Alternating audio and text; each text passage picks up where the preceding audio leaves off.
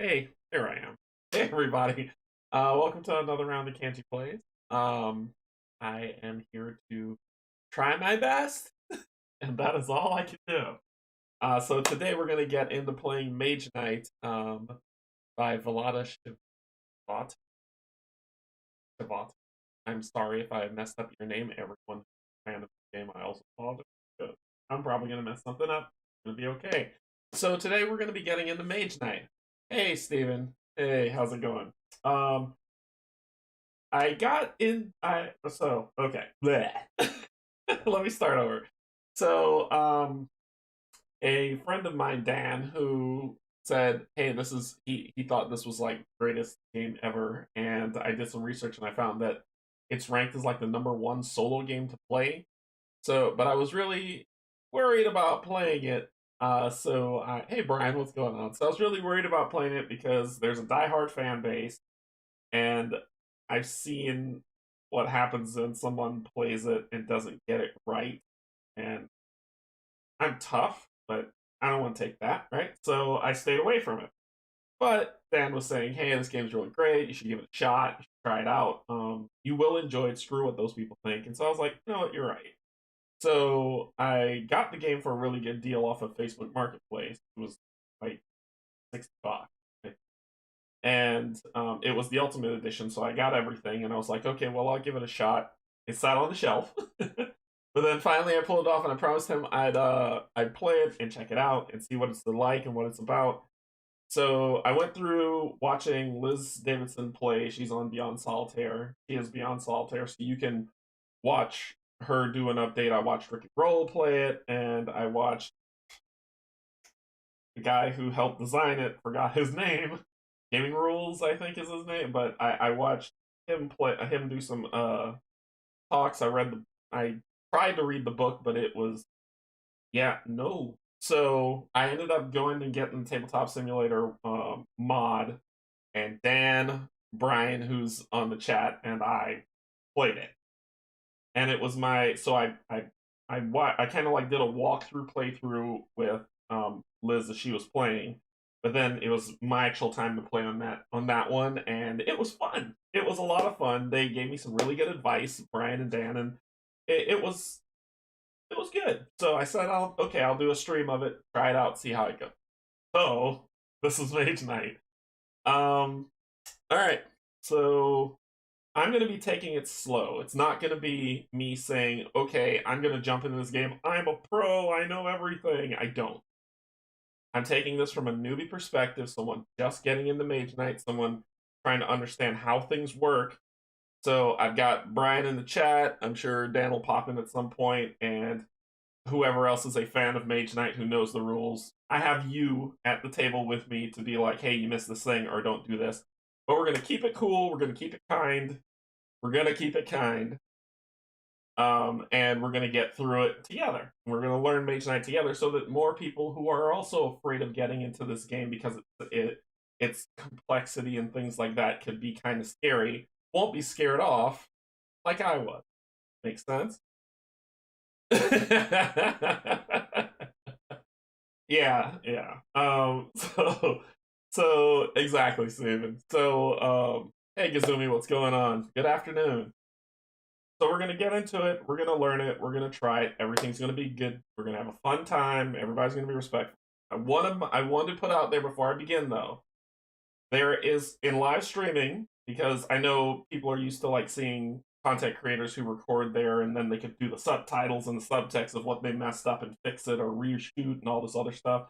I'm not that guy. I'm not a videographer. I'm not good at it. I don't want to do it. So I want to play board games. I want to live stream, play board games with my friends, you, at the table, and that's what we're gonna do. So if you have some advice, hey Cynthia, what's going on?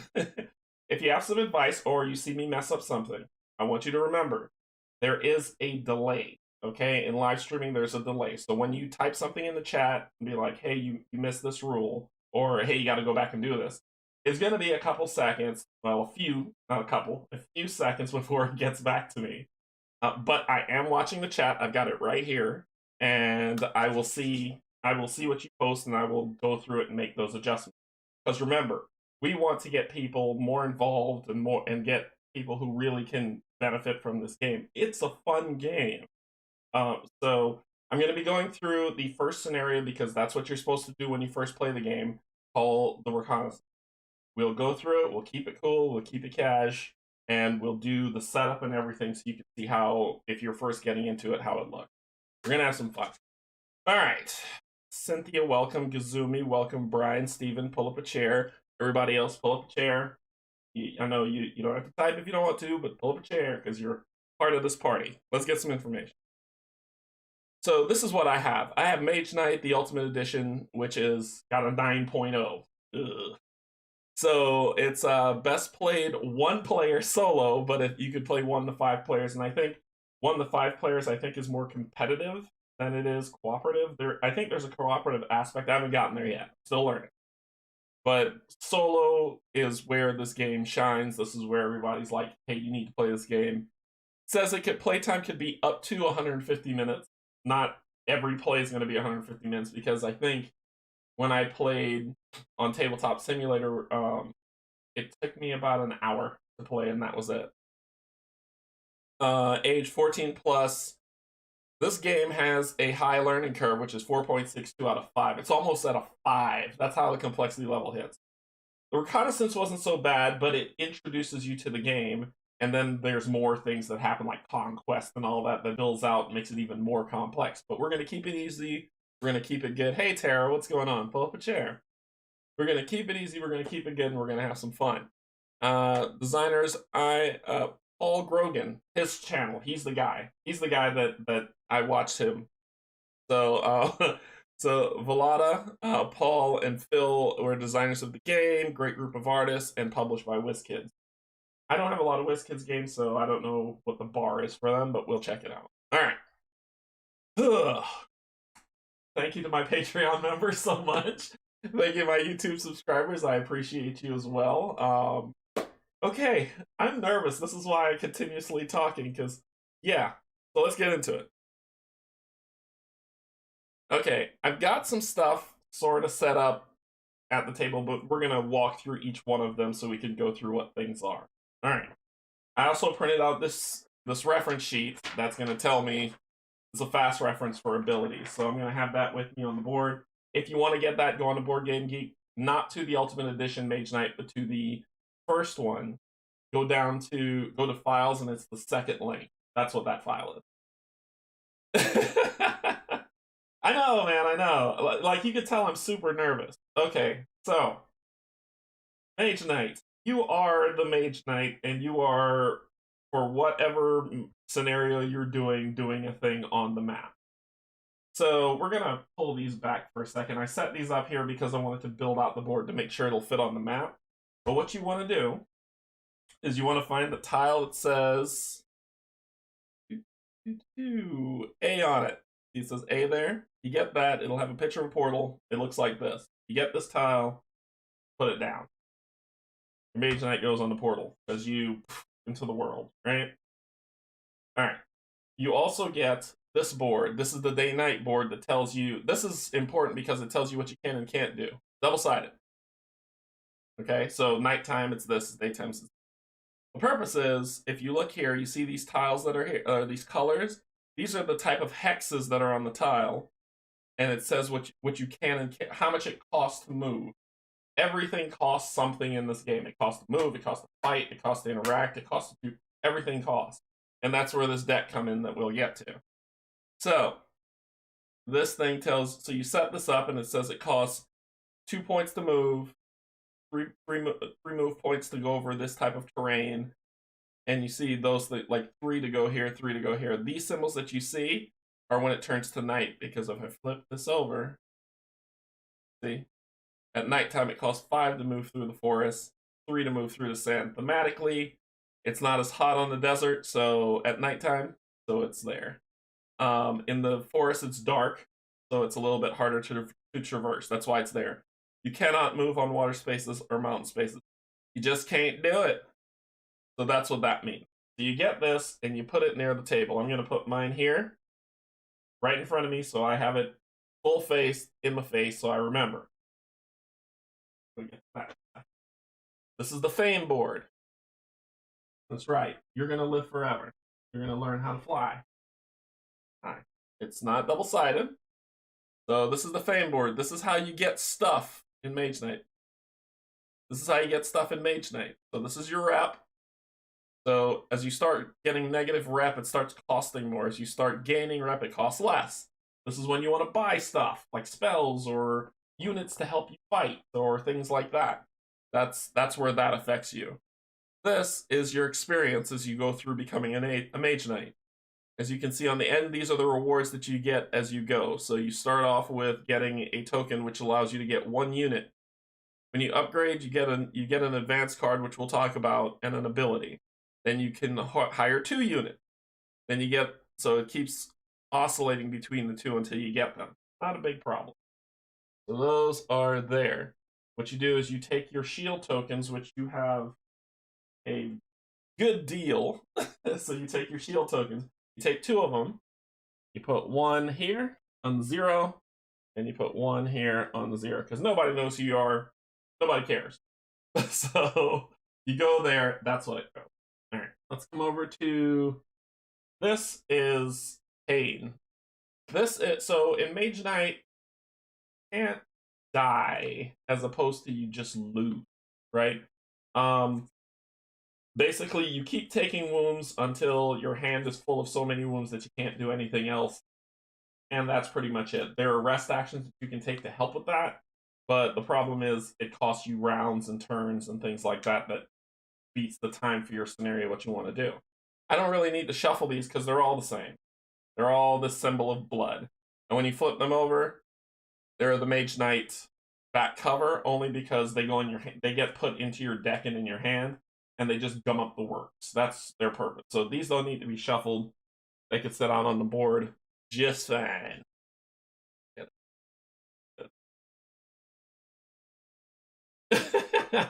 Forget walks away crying. This is the artifact deck. So, and you'll know it's an artifact deck because it's got these lovely, lovely little things here, these golden thingamadoohickeys. All of them have that, and these are all strong things. Now, you do need to shuffle this up.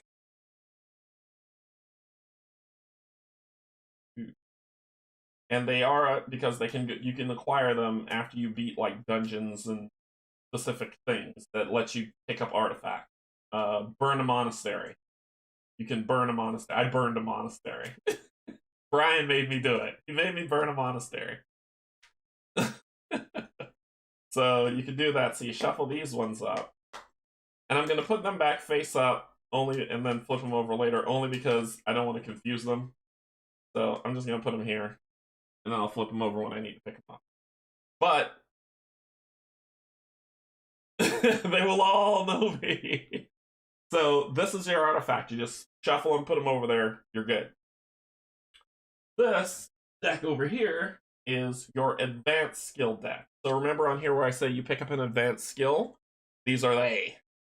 So you can pick them up. So you give these a shuffle. These are things that kind of boost your deck. This is a deck builder. This is not a deck enhancer. This is a deck builder. So as you get more cards, you build up your deck, you take longer turns, that type of thing. No bendy cards. Not bending any cards. Just doing the weird shuffle.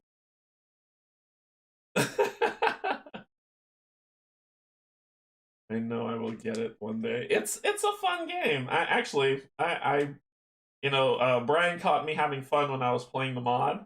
If you want to see what the game's like, and you're like, before I spend the money, I want to play the reconnaissance scenario, see if I like it, see if I like what's happening. Tabletop Simulator has a free mod. I know people are going to be like, I hate Tabletop Simulator, it's stupid, blah, blah, blah. I didn't miss anymore. Okay. Well, if you'd like to try it out, for people who don't mind, it's on Tabletop Simulator for free, and it's fully scripted. It's an amazing mod. I loved it. All right. Help you take 5. Yes, please ask questions. Steven, honestly, I think this game is right up your alley. I think you will love this game.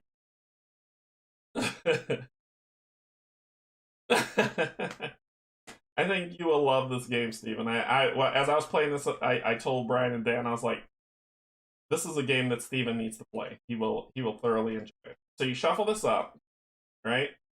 And then this is your market. So for advanced action, so you put this over here, and then you draw 3. 1, slide it down. 2, 3. So those are the three. Those are the 3 advanced actions that I can get right now. So when the round ends, I'll get an extra one. It won't always stay this way. It'll shift, but I will talk about that as we go through it. Everything's all good. These are spells. So you get, how do I get a spell? Well, you get a spell. No, sorry. You get a spell by destroying mage towers. When you conquer mage towers. When you conquer a mage tower, you get a spell. And these spells are amazing. I had a really cool spell last time. Hey, Faulty Joe. Yeah, I was looking into Star Trek version. Yeah, the Star Trek version sounds pretty cool. I was actually reading up on it. So these are spells. And when we get to a mage tower, you will see it. You will see a mage. But when we get to a mage tower, when you destroy it, you get to pick up a spell. And spells are fun because they do really cool stuff. Alright, so what you do, same thing. Shuffle it up, flip it over, draw 3. 1, 2, fireball. Nice. 3. Expose, fireball, and charm. So spells do cool stuff. I'm gonna hold a fireball because this was one of my favorite ones. Fireball. It has 2 things that you can do. If you pay a red mana, you get a ranged fire attack of 5. This is why I want this. Or if you're able to play 2 mana, take a wound, siege, fire attack 8. Decimator. So there we go. So this is your market for advanced actions. This is your market for spells. This here is your market of allies. So, and you'll know it, there's, for the first reconnaissance, you don't get the gold ones, but these are all gray on the back. But these are allies that come out to help you. Right now, I can only have 1 ally. Remember, I started off with 1, so I can only have 1 ally. So you shuffle these up, and allies help you, but allies have, like, whereas spells, you shuffle the deck, you get it back, and you keep going per turn until the end of the round. Allies, once you use them once, they're done until the end of the round. And we'll talk about turns and rounds so you can understand how those work. Yeah, Steven, I'm telling you, you're going to love it. It's just going to... There's a lot of shuffling to set up, so it's not a bad... We're almost done. Okay. So, you set these out, and you draw 3 as well. 1, 2, 3. So I'll show you what an ally looks like. You can see. So this is some thugs. All right, this is how much it costs to get the ally. How much it costs. This is where you can buy them. This is the certain locations you can buy them. The top one is a town. So if I go to a town, I can find an ally, or I can buy this ally. Sorry. Or if I go to a keep, I can get this ally. That's what those symbols mean. And there's a good breakdown of them. Breakdown. See, here's another one that I pulled as a scout. A town, a keep, a mage tower, a monastery, or a city. I can get this scout. And the scout gives you these abilities that you can pick to use if you want. Yeah, that's true. That's true, it does. So this is the market. Basically what I set up. I need to reshuffle this because this is the market, okay? So once I go to a city, I can buy an ally. Once I level up, I get an advanced action. And if I destroy seize a mage tower, take it over as my own, I get the spell. That's how you get those cards. Okay. Let me pull this down. All right. So we've talked about all of this. This is just the preliminary setup stuff, right? What you need to do for the reconnaissance or the mission that you have, if you get the rule book, flip to the back of the rule book. Scenario list. It's called the first reconnaissance. And it says that I have a total of 3 rounds, 2 days and 1 night. Be more than that. Typo. Should be 4 rounds, not 3. Should be 4 rounds, so yeah, whatever. Basically, my purpose is to find a city. I just have to find it. That's how I start off. I have to find it. Okay. So, what the scenario tells you to set up is to get tiles 1 through 8. So this is 3 through 8 here, and this is 1, 2. And you'll notice they're 1 and 2 because it says 1 and 2 on it. How many pages in the rule book? A lot. I do not recommend anyone read this rule book. There are 23 pages total. 24 pages. I don't recommend this rule book only because I tried to read this and my eyes crossed and I got up and walked away because I didn't care. However, if you want to see it, board gaming, that Paul Grogan developer, him, he did one, Liz Davidson did one, Ricky Roll did one, Rob's Gaming Table did one, so you could check those, and they do a good explanation of how to break down and play the game, and Rob does a playthrough of it as well, so you can see, so you can check him out at Rob Gaming Table. Okay, so to start off, we for this scenario, we put out 1 and 2. We do 1 and 2. Okay, so it's very important how you lay these tiles. You can't lay them any way you want. You have to lay them so that with the A, it's going in this direction. The 1 and 2 have to point in that direction as well. And you get these lovely things like you can see here, the star.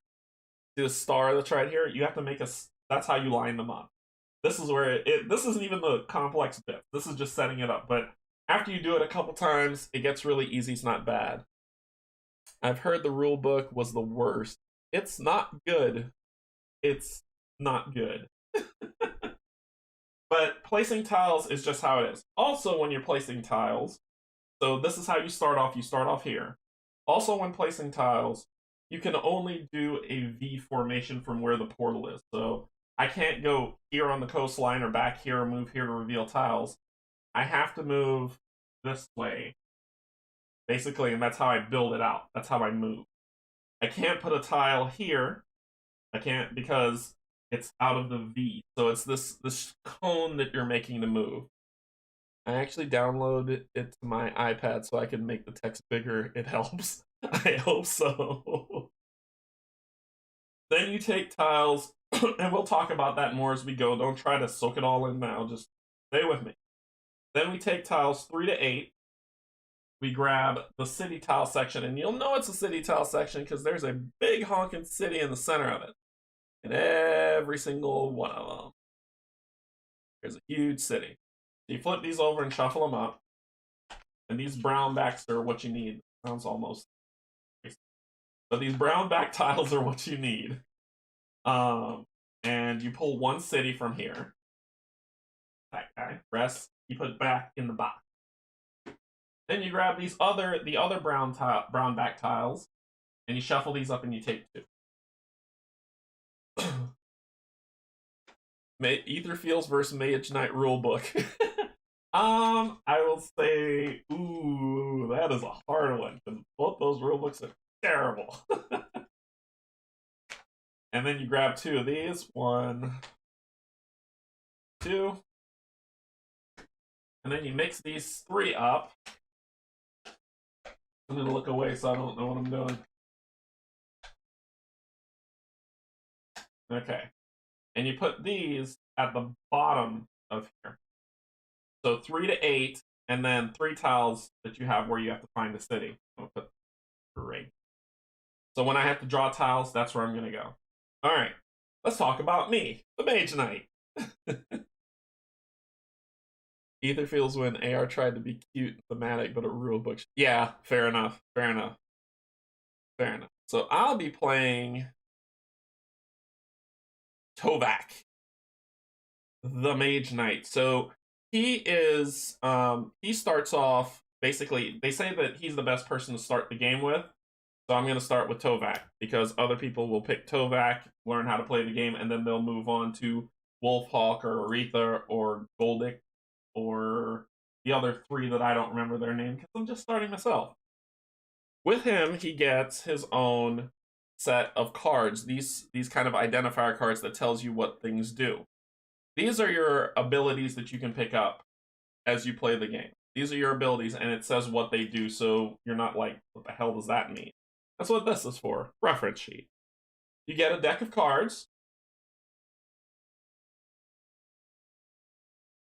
16 cards. You get a deck of 16 cards. And you shuffle them, because that's what your starting hand is. Remember, deck builder, right? So it's a deck builder. So you shuffle those up.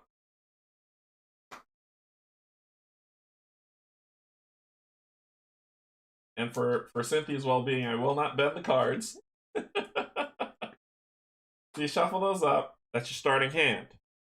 You take your first shield token because, remember, you're at 0. You've claimed it. It is yours. So you can have one ally with you. Out of your abilities that are here, if you're playing true solo, which is what I'll be doing today, because, yes, this game is true solo, you take out these two. Because you're going to grab all the ones that look like this. And you'll know, oh, matter of fact, I'll reshuffle. But you'll know this is your starting hand because in the top corner, right here, is your symbol, which is the same symbol that is here, same symbol that is here. So that is your starting deck. Put those down. Get me my shield so I can get some allies. You take these two out, and the two, how do you know, why do you take these two out? See the one with the white head and the black head thing? You take these out because these are for multiplayer. And if you look on your reference sheet, it'll tell you that these are for multiplayer. No other player can, or each other player can. Since you're not using them, you take them out of the game. The rest of them, you give a good shuffle to.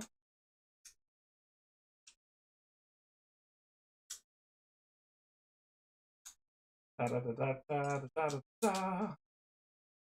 Right. And you put them over here, because when you draw, that's what's going to happen. So we got Tovik set up, ready to go.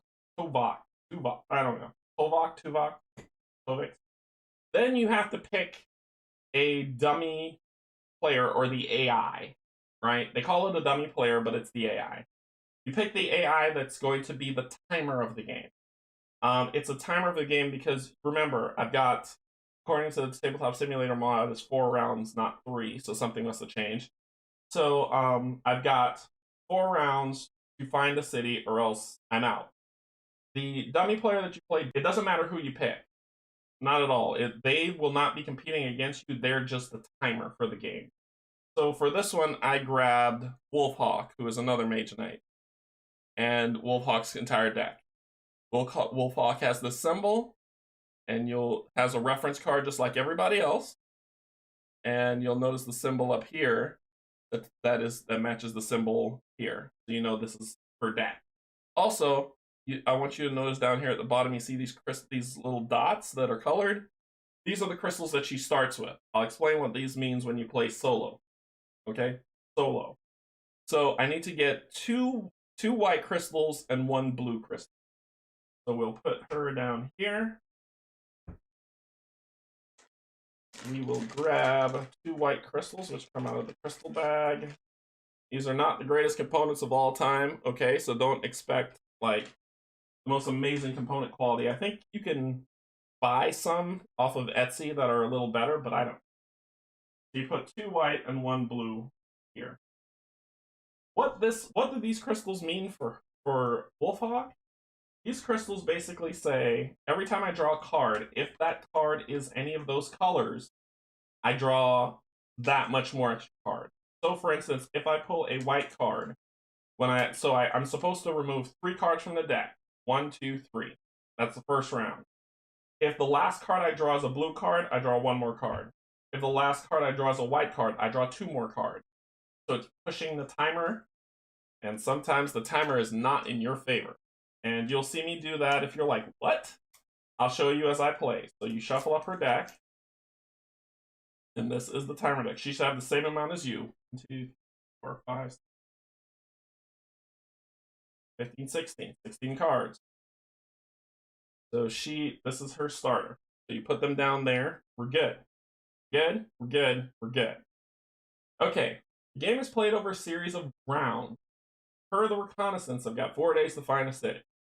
That means that I need to get through all these tiles, these 8 tiles, plus wherever the city is in the last 3, moving through, fighting monsters, saving or burning monasteries, taking mage towers, fighting enemies, looting crystal mines, doing all this stuff on the map to do this stuff. Okay. The map. I'm the map. I'm the map.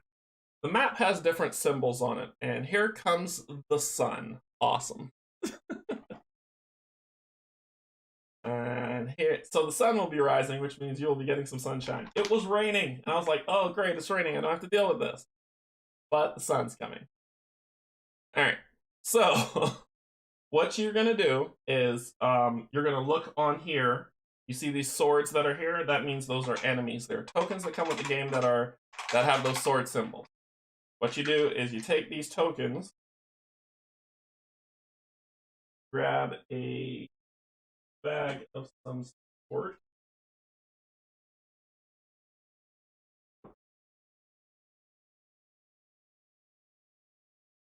Whatever. I'm just gonna grab a stack and shuffle and shake them. You grab a stack, another stack. There's a bunch of them in here, a whole heaping, and they do a lot of. They all are different. So I'll shake these up. So I'll shake these up. Let me make sure they didn't have me remove any. The game spoiled me a little. The tabletop simulator mod.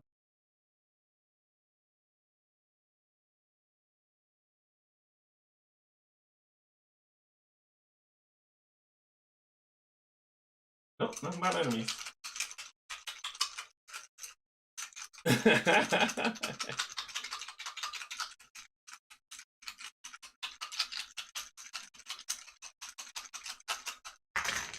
Okay, so I'll grab those 2. Put the rest of the side because they'll be coming in. So what you do is you put these tokens here and here. And if there's any mage towers, there's tokens for that. If there's any keeps, there's tokens for that. If there's anything else, there's tokens for all of it. If there's dungeons, there's tokens for that. Okay, so you have these 2. Since it is daytime, you can see them. At nighttime, it becomes a little less so. But since it's daytime, you can see them. So you flip these tokens over that you picked. And this is these are the first enemies. The enemies don't move. They just kind of sit there and wait for you to beat them up. They're camping out. Let's talk about these enemies and what they are. Oh, you can get small bags as well as the tokens? Cool. Cool. So this is the enemy. The enemy breakdown, it looks complicated. It's not. The enemy breakdown is simple. This is how much health they have. This is how much they hit you for. This is how much fame you get when you beat them. Or experience, not fame. Experience. This is how much experience you get when you beat them. And this is anything on this side is what they add to the damage. So you see that drop? That drop basically says, and that's where you go to your cool sheet, if a unit gets wounded because of an attack from an enemy with poison, you get 2 wounds instead of 1. For each wound the hero takes to his hand from a poison attack, he also puts 1 wound into his discard pile. So poison is not that great. That means that every single time he hits me, I get double the damage.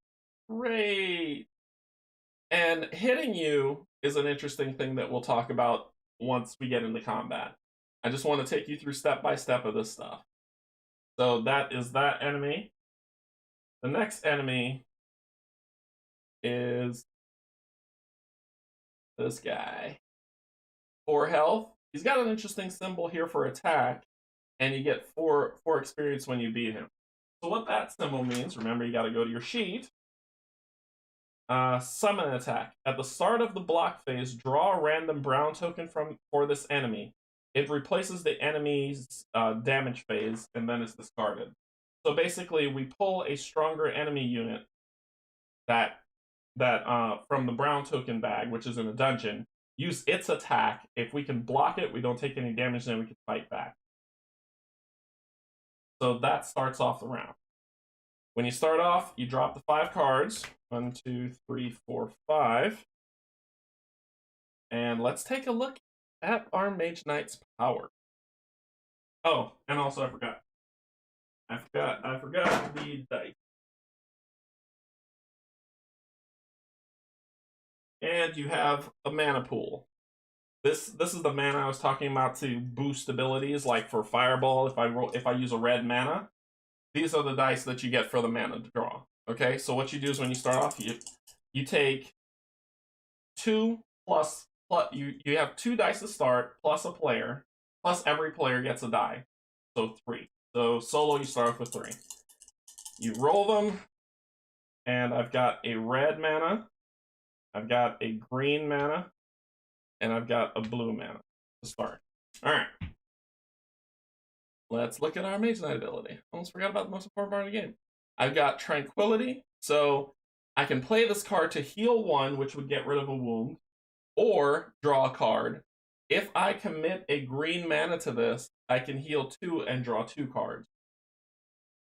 I have Move, which is stamina. I can move 2. If I commit a blue mana to this, I can move 4. Threaten, isn't that artwork great? I'm kind of threatening that guy. Influence, remember, this is how I buy things in town. When I go to a town, this is how I buy things. I can do an influence of 2, or if I commit a red mana, I could do an influence of 5, but my reputation goes down by 1. Rage, I can attack or block 2, so I can attack or block 2. If I commit a red mana, I attack 4. And Crystallize, when you play this, also play 1 mana of a basic color. Gain a crystal of that color to your inventory. And if I commit a blue to it, I gain a crystal of any color to my inventory. And that's my starting hand. There's a difference between generating mana and having an inventory of mana. When I have a card that lets me generate mana. When I generate it, if I don't use it in the turn, gone. If it's in the inventory, it's stored up for me to use. So there's a difference. Remember to read the cards when it says that. Here's the strategy of Mage Knight, and this is why, Steven, this is why I think this game's for you. You can only use 1 mana a turn. So I can't say, oh, I'm going to do that, and that, and that, and commit all 3 mana. I can only use 1 mana a turn. So what you do solely depends on how you want to play this game. That's 1. When you're doing battle, you can only use 1 mana a turn, just like normal. And the turns are pretty simple. They're not, okay, you keep fighting until you win. It's a 1-round combat with monsters. Everything else depends, and you only have 2 actions. Move and interact. And interact could be attack, buy something at the market, do something else, just stay out of mind. It all depends. Lay siege to a keep, destroy it. Lay siege to a mage tower. That's your interact action, but move comes first. You can't say, I'm going to attack and move. You have to always move first. If you attack, you cannot move. I remember reading that. So movement is how it works. There are phases to combat, but when we get into the fight, I'm going to show you all that. So let's first take the slow, and let's talk about movement. You can get small. What am I missing? Yep. So let's talk about movement first. Remember, I told you about this. The green tiles, which is the plain tiles, during the daytime, takes 2 movement to move 1 hex. So if I want to move to this city, I need 2, 4, 6 to get there. When you get to the edge of a tile, you don't automatically unlock the next tile. You actually have to spend 2 movements to unlock. So if I want to move to this tile and reveal this space, I need to move 2, 4, 6, and then spend 2, 8 to reveal the tile. Now here's the strategy of this game. Close the second space. Here's the strategy of this game. You want to be able to move. Oh, I haven't done this yet. I'm gonna get there. I know. Don't worry about this. I'm gonna get that. You want to be able to move as efficiently as possible, because remember, I've only got 4 rounds to the scenario, or else I lose it. So if I say, oh, okay, I'm just gonna move here and try to set up my hand, I've wasted a turn, so it's not great. If I say I want to just kind of dill around, not do anything, time is burning. So you have to be very, very cautious in how you have to think about the strategy of how best to use your cards. Remember, I'm only starting off with 16 to start. How best to use your cards to move throughout the board, reveal tiles, fight monsters so you can power up. You can move all day long, and avoid monsters, but it doesn't buy you anything. You're actually hurting yourself by not engaging in combat. So there's a lot of strategy there. Okay, let's talk. So this is the night deck. It's not time for that. Let's talk about the initiative. This is the initiative day deck. There is a card called early board. So all of them, it's 1, 2, 6, just in case there are people who are wanting to play. And basically, these are the actions that are kept for the entire round. So this is the initiative of the entire round. So there is Early Bird, which gives you no buff. You just go first. Rethink. When you take this tactic, discard up to 3 cards, including wounds from your hand, then draw that many, shuffle your deck pile back onto your deed deck. Good way to mitigate damage. You go second, but a starter, maybe not. Mana Steal. When you take this tactic, take 1 mana die of a basic color from the source and put it on this card. You can use that mana on any of your turns this day. If you do, re-roll it at the end and put it back to the source. This is the source. That's the source. Okay, so it might be okay. 4, Planning. At the end of each of your turns, if you have at least 2 cards in your hand before you draw as if your hand limit is higher than 1, so you get 1 more card in your hand. Pretty cool for planning. Great Start. When you take this tactic, immediately draw 2 cards. Pretty cool opening hand, right? But it's 5th. It's almost to the back of the bust. And then 6, The Right Moment. 1 time this day during your turn, you can announce that you will take another turn immediately after this if you do flip this card over. So it's an extra turn if you go last. You can say, okay, we're playing with everybody at the table. I'm going to pick 6. Everyone goes, I'm at the end. People are really getting it, so I'm going to play 6. So I'm going to go, and then I'm going to flip this card and go again before it goes back, before we select who goes next. These don't get shuffled or handed out. You just lay them out, and since you're playing solo, you get to pick first. So basically, it's Early Bird, Rethink, Mana Steal, Planning, Great Start, and The Right Moment. And these cards, bear in mind, you keep them for the entire round, not just for the turn, for the round. This is just you. So here's a really cool thing. You start to think, okay, which one do I want to pick first? If you're thinking, okay, I'll pick Early Bird so I can go first against the opponents and go, think about this. At the end of the round, those cards are removed from the game. They're removed from play. They're no longer available to you. So you also have to think about, okay, what do I want to do first? How do I want to handle this? How do I want to play? So you don't lose that card when you need it later. I could pick up Rethink. That lets me discard 3 cards now, but in the future, when I have wounds, it's gone. I can't do anything, so I don't want to do that. Getting mana right now, I'm just starting. My deck is not that great, so do I want to do that? Probably not. What I'm thinking of going with Great Start, because Great Start says I draw 5 cards, and then I draw 2 more to start. So I'm up to 7 cards in my hand to start, and it helps me with my movement problem that I'm going to have. So I'm going to grab Great Start. Then you put all these together, shuffle them, and the AI is going to get 1. So it's removing 2 per. Brian, I hope I'm doing well. I hope I'm doing okay. All right. So you shuffle these up, and you deal one to there. So I get Great Start. That's going to be my starter card. And then the rest of these go off to the side. Okay. Yeah, I got 2. It does not get the benefit of what's down here. It just goes initiative 2 while I go initiative 5, so it goes first. The AI goes first, basically. Okay. The AI goes first. What you do when the AI goes every single turn, what you do is you draw 3 cards into discard. 1, 2, 3. And then remember, the last card you check, it's a green. Do I have any green tokens? No, or mana crystals? I don't, so that's it. That's the end of the AI turn. It's over. It's my turn. I have my 5 draw. I draw 2 more cards because of my Great Start. So I have Swiftness. Yeah. Thank you, Brian. Yeah, so you always draw your hand before you do your tactic. That is a pro tip, so you know which tactic you want to pick, which is why I did it. So I got Swiftness, which is move 2. If I commit a white crystal, I get range attack 3. And I got March. All the movement I could love.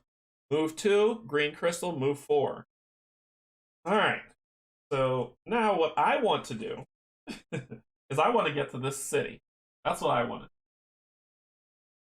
Now remember, it costs 2 to move on a plane. It costs 3 to move through a forest. I could do 3, 4, 5, 6, 7, and then be 8, 9 to get here to reveal a tile. Or I can move 1, 2, 3, 4, 5, 6, then 8 instead of 9 to get there. Seems logical. Movement to start gets good, and then it diverges. This was a really cool thing that Brian and Dan showed me when I played, was about when you reveal the next set of tiles, that's where the decision making comes in on movement, because backtracking costs you turn, and turn loss is bad when I got 4 rounds to beat this. So you always have to think about what you want to do, commit to that, and that's pretty much where you're going. Okay, so I am going to. It would be great if that guy was here because I would love to fight him, but I gotta fight. I'm going up to this, so I need to find 1, 2, 3, 4, 5, 6, and then I want to reveal tile for 8. Well, I know I've gotten March. I know I've got a green mana, so this is planning out, right? I've got March. I've got a green mana that lets me move 4. I commit Swiftness, which has a move of 2 for 5, 6.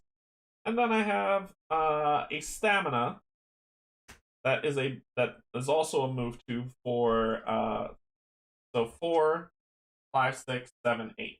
And let's take a look just to make sure you understand how this works. So I basically am going to move 4 because I'm going to commit the green mana that I have. So that's 4 plus 2 at the top, 5, 6. Plus 2 more, 7, 8. This is why Great Start's good. And I'm going to commit that to move using this mana on this card. So 1, 2, 3, 4, 5, 6, and then to reveal 7, 8, I grab the top tile, flip it over, and remember, you have to make the numbers and everything go in that direction. And so I put here. And look at that. Looky, looky. There is a keep. Yay. Woo. So I take all the keeps. I give them a shuffle.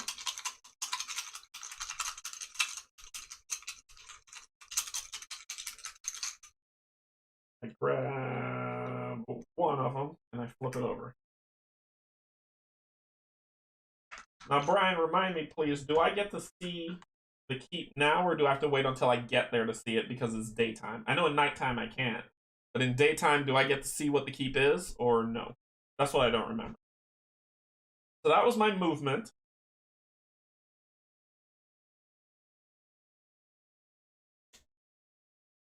I get to buy somebody later. That was my movement.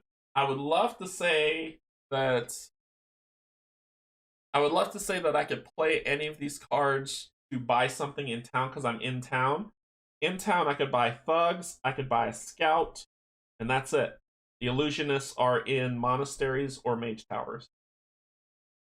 So the thugs seem pretty cool, pretty cool.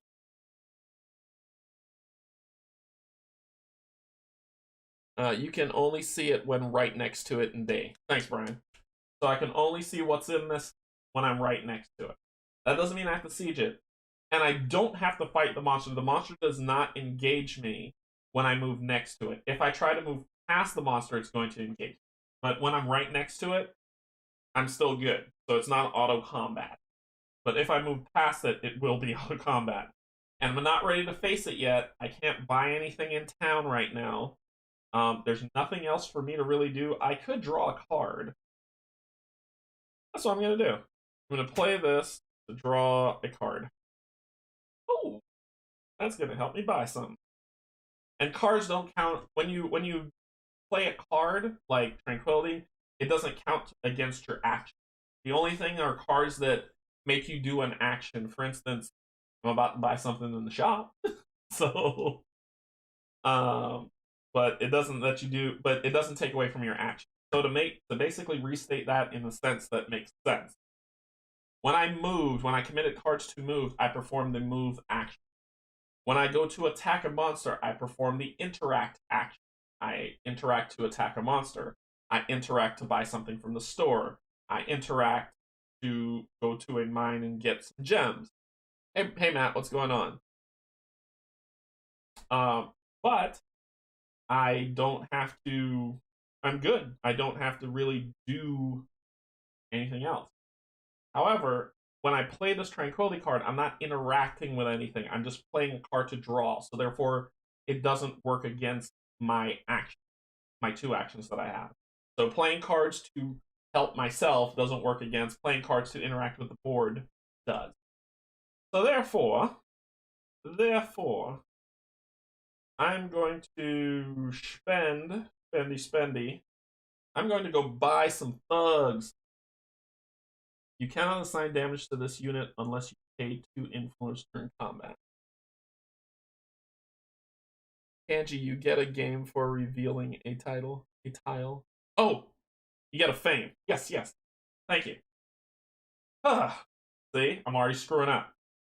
Let me do this. Oh, the fame doesn't come until the end of the round, Brian. The fame doesn't come until the end of the round, but you're right. You're absolutely right.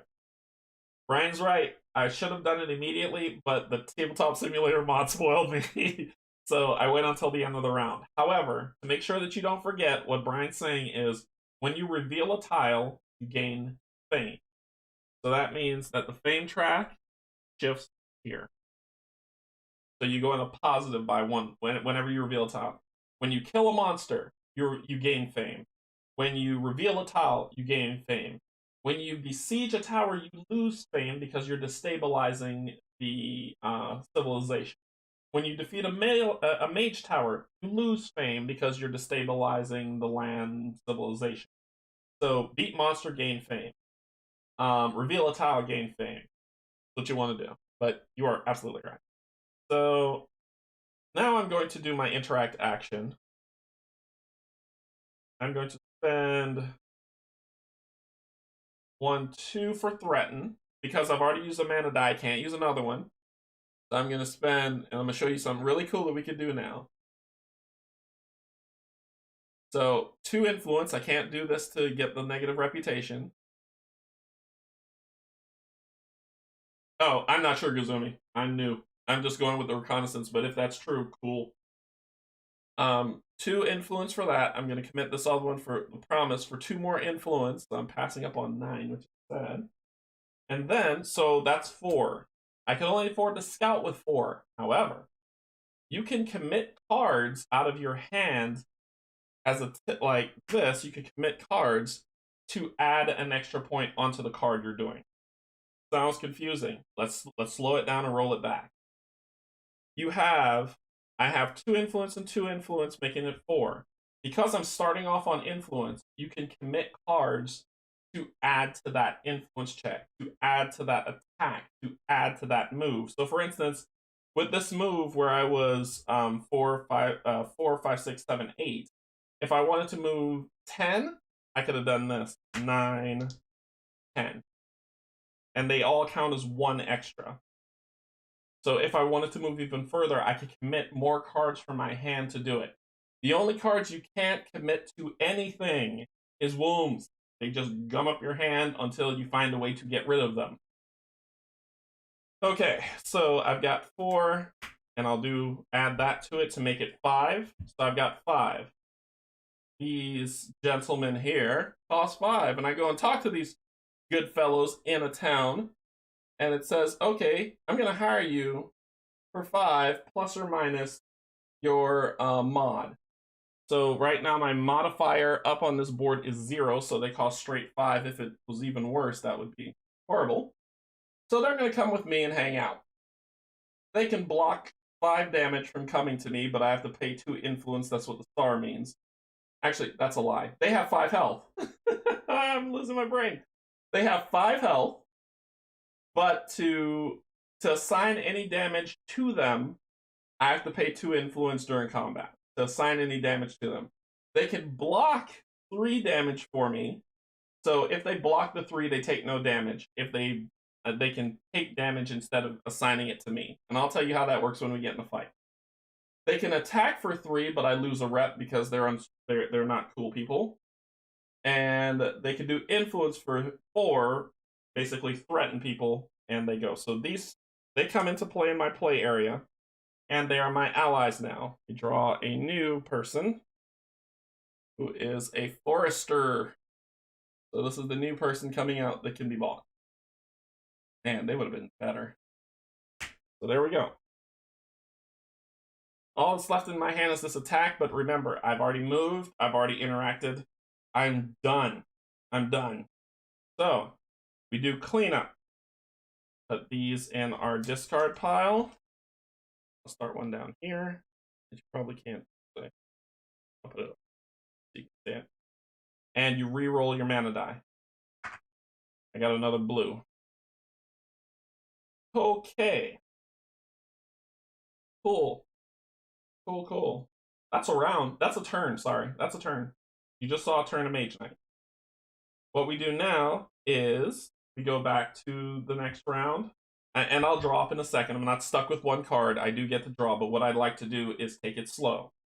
So we go to the next turn because I declare I'm done with my turn. Their turn, they're going to draw 3 cards. 1, 2, 3. It's a red. It's only white and blues here, so I'm good. And then I draw up to 5. So I've got 1 in my hand, 2, 3, 4, 5. And it is my turn again. So I have a move, an attack. So the fine print here, so you can see it, it says attack 2 or ice block 3. If I play a blue crystal, I will ice block 5, get +1 ice block for each ability or color of attack depicted on the enemy token you block, unless it has arcane immunity or for each mana spent. So there's a lot. It just basically says ice block 5. I've got mana draw.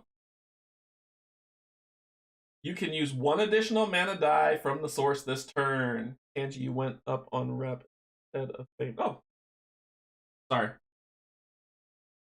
Got it backwards. Yep, sorry. Got it backwards. That's why I get this backwards. This is reputation. This is fame. My brain automatically tells me that that reputation and fame is the same thing, and this is the experience board. So, yeah. Yeah, I want you to level up too, but thank you for telling me that. Okay, I've got mana draw. Brian's gonna keep me honest. You can use 1 additional mana die from the source this turn. Remember those 2 for the spells and stuff? This is the card that lets you do that. Take a mana die from the source and set it to any color except gold. Gain 2 mana tokens of that color. Do not reroll if I commit a white to that. I've got another Rage, and I've got March. Okay, so we're going to start fighting some creatures this round. Hoo-ha. Hoo-ha-ha-ha-ha. Alright. So we've got a monster here, and remember this guy. I'm going to hold him up so you can see. So now you get to see combat. Thank you, Brian. I appreciate it. 4 health. I'm going to draw a brown token, which is going to be really tough. And I get 4 experience or fame experience when it should I beat him, which would let me level up. We're going to fight this guy. So what you do is you grab the ones that look like the tombs. Take these out, because these monsters are very hard. Ooh. Let's hope that Ice Block 5 is enough for what I need.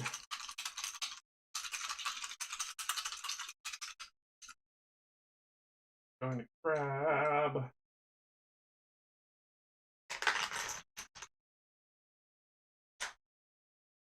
See what we're dealing with.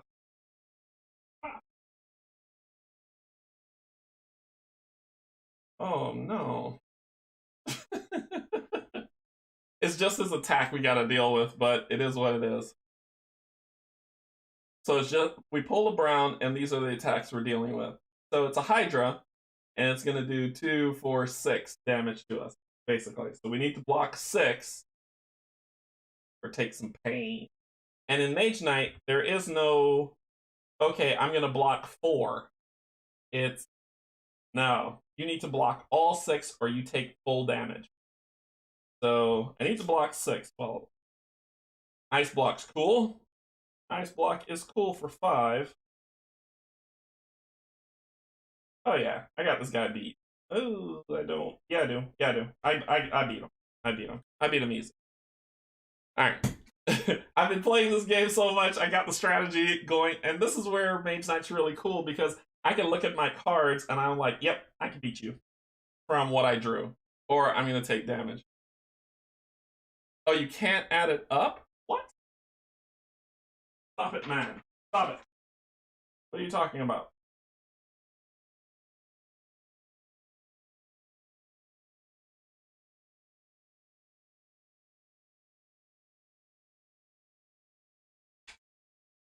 And I'm learning. I've never encaged this monster before, so Brian's gonna school me. I don't know what this means then, if you can't add it up. Is it 2, 2, 2?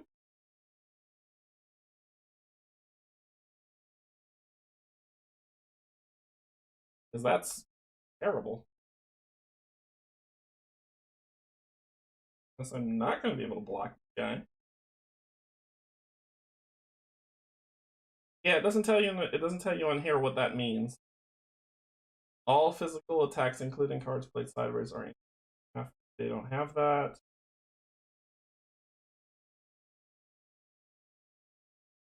Each attack, multiple attacks. Each attack has to be handled, blocked, or get their damage assigned separately. So if I throw out 6, what does it matter? It has to be block 2, and another block 2, and another block 2.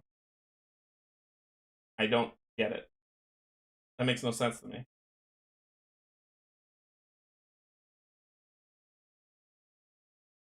So this is part of Mage Knight. That's hard because of things like this. Does that mean that I have to put down more than like 3 block cards?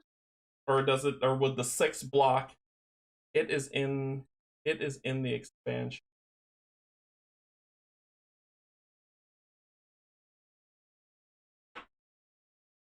Okay. Got the expansion rulebook right here.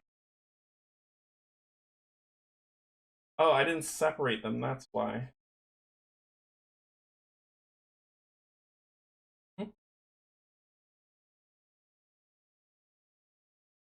The Hydra. 6 new brown enemy tokens. I should have removed the expansions and stick with the base. I think I'm gonna do that. I'm gonna remove the expansions and stick with the base. Because we don't want to add complexity. Yeah, I'm gonna remove the expansion pack and then shuffle it up. Only because I don't want to add complexity to, because I'm like, that's silly. Let's get these ones out of here. So just the browns. Oh, these are the gray. I'm gonna remove the expansion pack. You.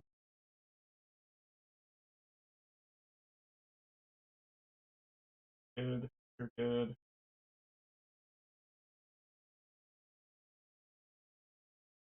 There's a lot more harder ones in here, so it's okay. I just want to make sure I don't confuse this way too much.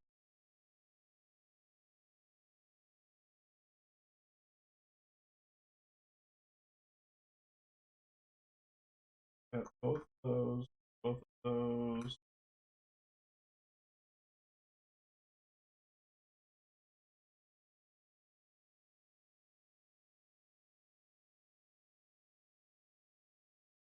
Sorry about this. I just want to make sure I don't confuse people who are just coming in being like, "Help." We're gonna stick with the there you. We're just gonna stick with the basic browns. So I'm gonna remove. These are from the expansion. Toss. let's draw a different monster, and we're gonna stick with the basics because I'm not ready for me personally. I'm not ready for the expansion. I'm still learning. All right, so let's stick with the basics.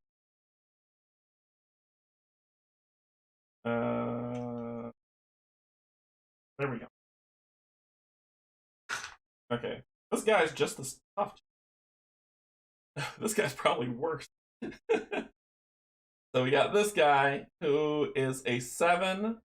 So he hits for 7, which I gotta block. He has 5 health, and he has this symbol, and he gives me 5 experience if I beat him. So what does that symbol mean? It means swift. Oof! That's gonna hurt. Swift, to block this enemy, you need twice as much block as its attack value. Which means to... I want to make sure he is good to go. Oh, wait, we don't use the swift, it's just the attack. Oh, I almost screwed that up too. See? Doesn't get the swift, it's just the attack. It's just the attack. Alright, if I was fighting this guy, I would be terrified out of my life. But remember, we're not fighting him. We're fighting him. So all he does is it says that you pull a brown and you take its attack, and that's the attack you have to deal with. It does get swift too. Oof. That sucks. So I need to block 14, which I cannot do. So I'm going to take some damage. Alright. Rules of operation of combat. Combat rules go as such. First, we check to see if we could do any ranged attacks or siege attacks. I have no ranged cards in my hand, so nope. Second, we go into the block phase. So, can we block 14? I can't even begin to block 14. If you remember, with this fight, if you cannot block, if you block half, you block none. If you block 1 point, you block none. It's either all or nothing in Mage Knight. I cannot block 14, so I'm going to get punched in the face for a lot. So there's a glade next to me. So here's what's going to happen. Assign damage equal to its attack value. So 14, he punches me for 14. I've got 2 health. So what? No, you deal with that monster during the attack phase. What are you talking about? All I care about is its attack.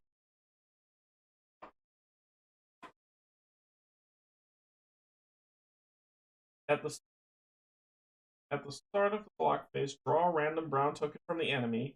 It replaces the enemy in the block and assign damage phase. Then it is discarded. Oh, okay. I'm fighting it. All right. So we're going for It says block and assign damage, not for attack. It is discarded, so it replaces it for the block and assign damage phase, which we're in now. I don't have to kill that. It punches not for 7, it punches for 14 because it has Swift if it gets it. Swift says, to block this enemy, you need to block as... Oh! This is where Mage Knight gets weird. Wording is everything, and this is what Gazumi and Brian are trying to tell me. So it says Swift, to block this enemy, you need twice as much block as its attack value. Because of Swift, its attack value is 7. To block that 7, I need to block for 14. If I can't block for 14, I take 7 damage. I understand. So, It's going to hit me for 7, not 14. That would be insane.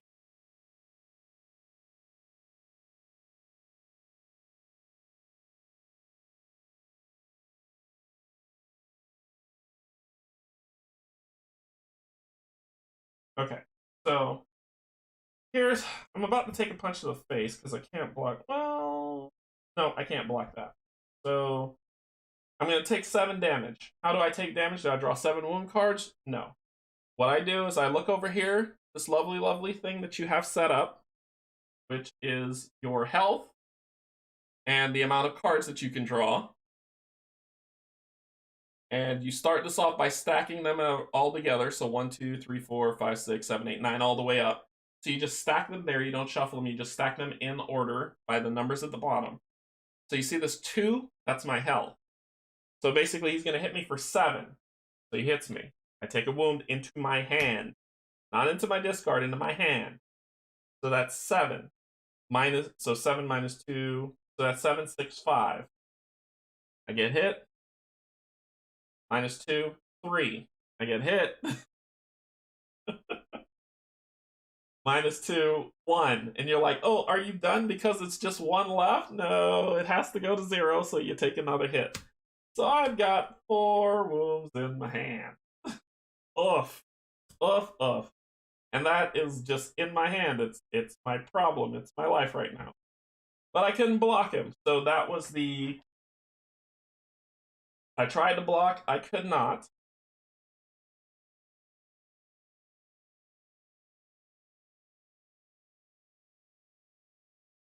If during one combat your hero takes wound cards to his hand greater than or equal to your unmodified hand limit, you are knocked out and must immediately discard all wounds from your hand. I was so damn lucky. I can't assign that to my unit. I can assign it to my unit, but I don't have any influence to pay. So I cannot do such a thing, sir. I do not have influence to pay for that. I have move, attack, rage, mana draw, rage. It says to assign them to my unit. Oh, really?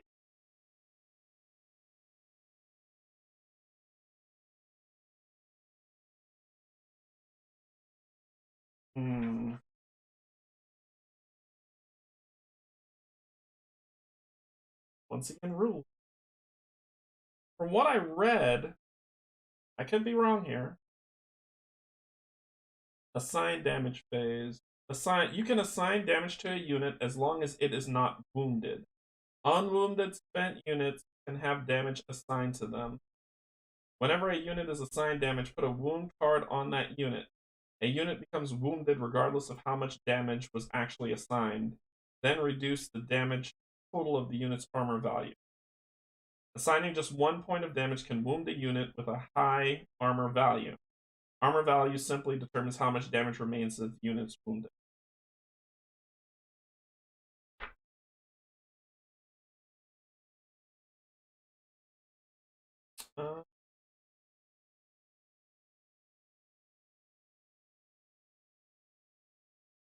Your influence can go negative.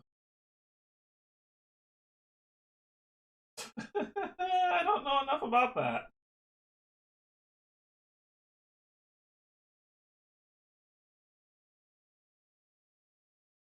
The problem is when I bought this, it all came together, so I don't know what's expansion and what's not.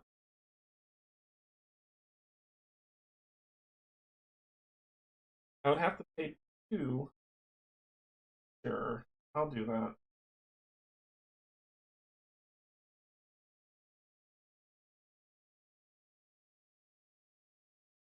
I'm gonna anyway. So I'm gonna pay these 2.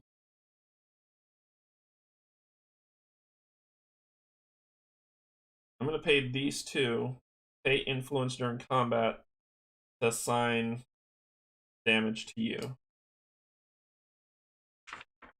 Can I assign all 4 to him or just 1? Can assign to the unit.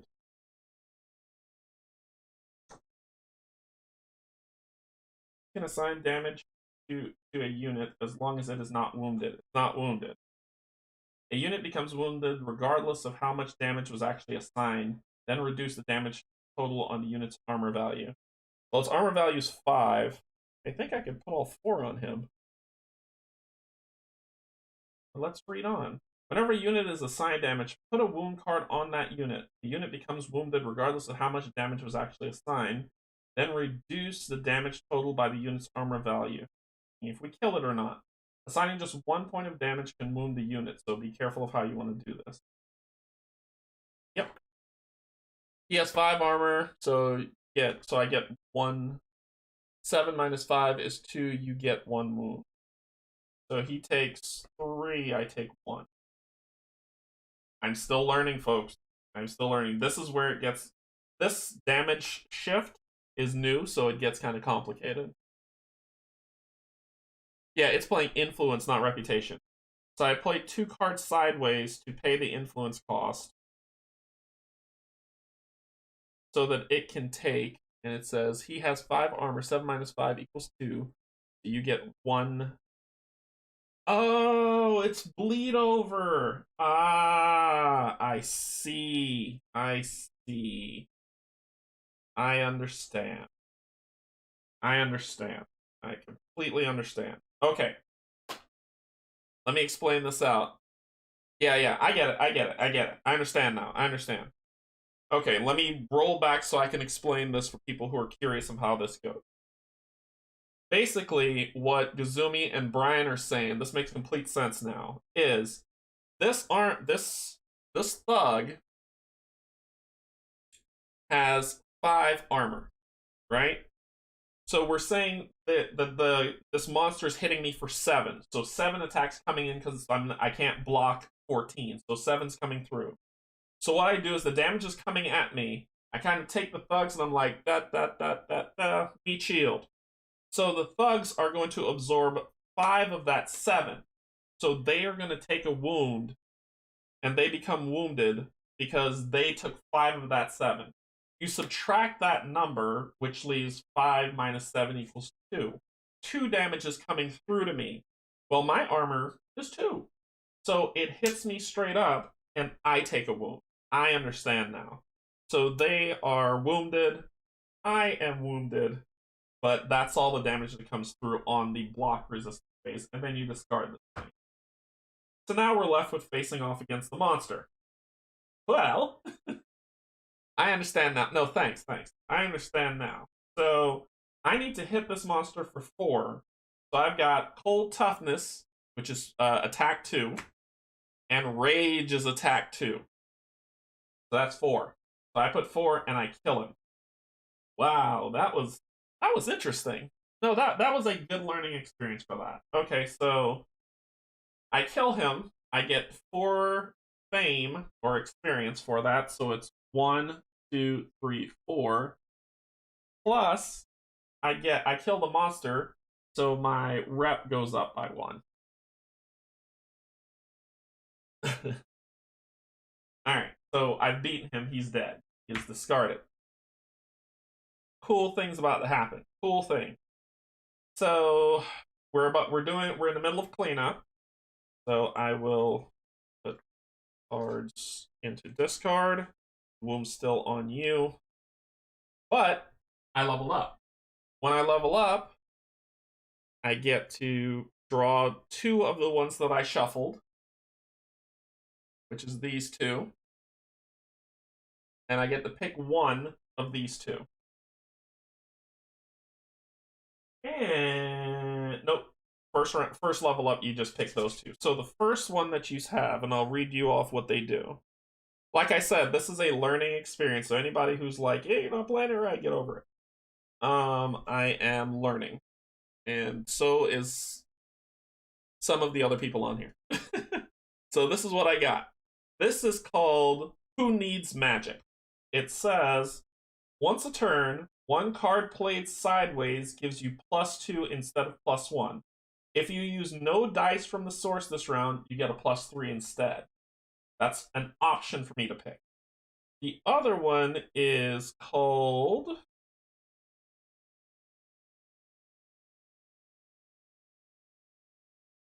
Shield Mastery. Once a turn, block 3 or ice block 2 or fire block 2. So you get to basically pick one of these, and then the other one is locked off from you for the rest of the game. So I'm going to pick the blocker because, as you can see, I needed to block something. So that goes, this flips over and is removed from me from being able to select that anymore for the rest of the game. It's gone. Goodbye. See you later. Also, I get an advanced action. So remember the advanced actions which are over here. It can either be diplomacy. I get to pick whichever one I want. So it could be diplomacy, influence 2. You may use influence as a block this turn. That's cool.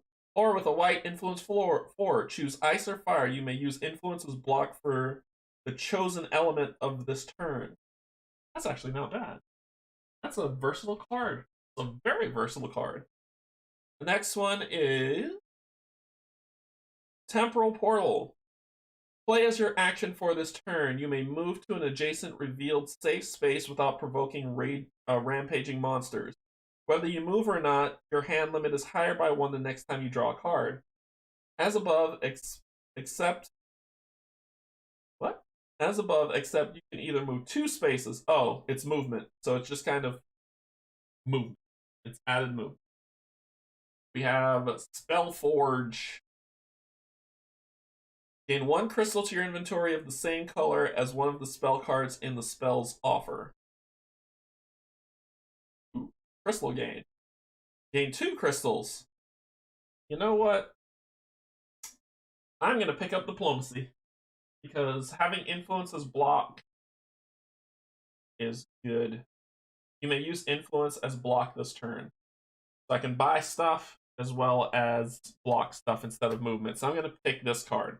When you gain one of these, it doesn't go to your hand, but it might as well. But what's going to happen is you're going to take it, flip it over, and put it on top of your deck.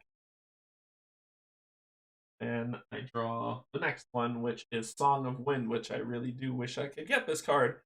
It's movement. The move cost of plains, deserts, and wastelands is reduced by 1 to a minimum of 0 this turn. So movement is pretty cool in Song of Wind. Okay. That was my attack. Be like, okay, well, just move and do something. Remember, I told you you can't attack and move. You can move and attack, but you can't attack and move. So that was basically a full time's worth of attack. All right, that ends. That's my turn. That is the turn. I got 1 wound in my hand. I got a march movement. But once again, we're going to shift back over. And we're going to say, next round, draw 3. 1, 2, 3. It's a green. There's no greens here. Draw up to 5, but I have 2 because I got a wound in my hand. So it's 1, 2, so I only draw 3. 1, 2, 3. Boom, suck. I get Diplomacy, which was the one that I picked before. I've got some Swiftness. And I've got this new one called Concentration. Concentration says, gain a blue, white, or red mana token. If I play this card, if I spend some mana, when you play this, play another action card with it. Get the stronger effect of either. Yeah, I can. Sure, I can. So I draw up to my hand size. I'm good. What Brian's talking about is the reference card for villages. There's a reference card in the box that I need to go dig in. So it says what you can do in a village, basically. Once again, spoiled by Tabletop Simulator. Let's find the city, valley, Acropolis is dealing with walls, dealing with mines, dealing with mazes, dealing with labyrinths. Dealing with camps, crystal mines, movement. These are reference cards that help you. Here we go. That tells you what you can do. Once again, there's a lot to this game. That almost 5 complexity is no joke. This is the reference card for a village, what you can do there. So remember, that's the symbol for a village, which is what you saw in the thugs. I was able to recruit. You can recruit at a village. You can heal at a village. You can buy 1 point of healing for 3 influence here. So I can influence and heal. You can plunder a village, which means burn it down. You can plunder a village during another player's turn. You can only plunder a village once each of your turns. If you do, draw 2 cards and get negative reputation. So I can burn this village to sand if I want, but I don't want. But there's a knowledge village right there, so I could. But if I use 3 influence, I can heal. I could move to the next village and get rid of these wounds, which is fine.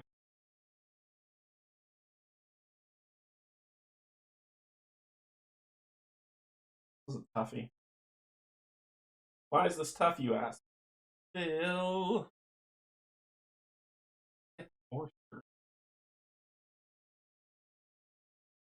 That gives me movement. Move costs of forest hills and swamps 1, and it has a block on it.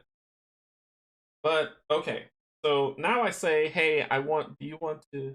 Now I say I want to get another person. I can't because I can only have 1 unit.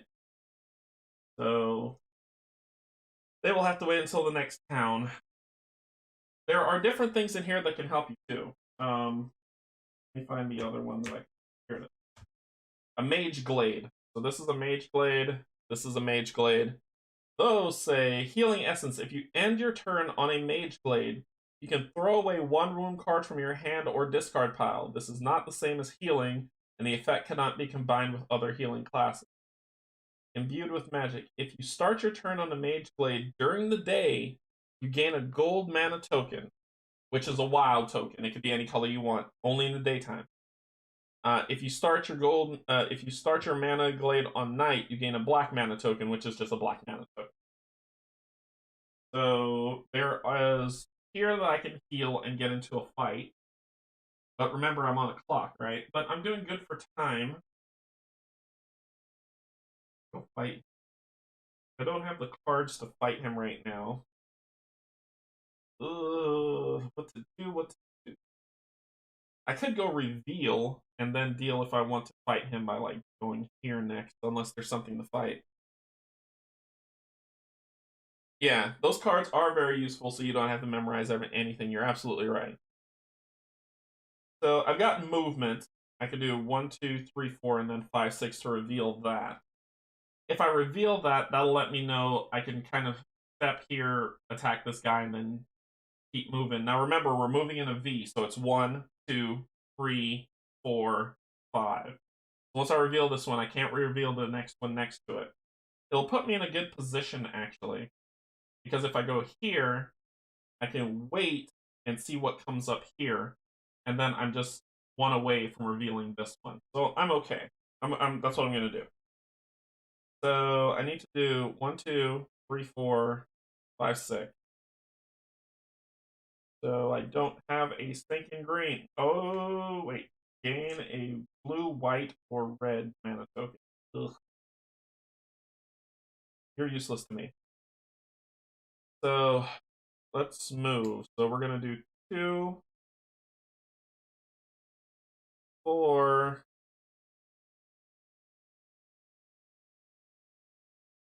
5, 6. I don't know if I want to do that. I don't know if I want to do that.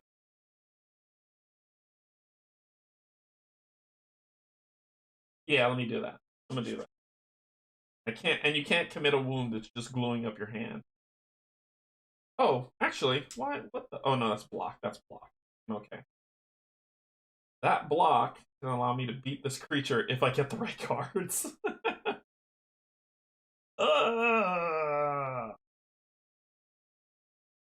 Goodness.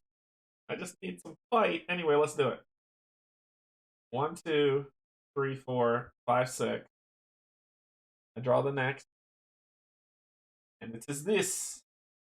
And remember, this is tile 4. I know it's going to be tile 4 through 8. They're in order. That goes here. There is a new monster. But let me make sure I remove the expansion monsters from here because that hurt.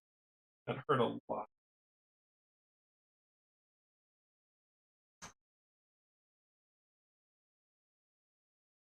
We remove anyone with double damage. Skirmishers.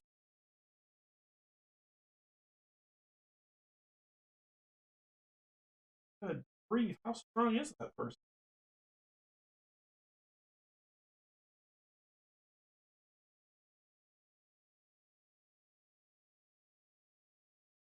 Is an orc war beast. Orc war beast. Orc trackers.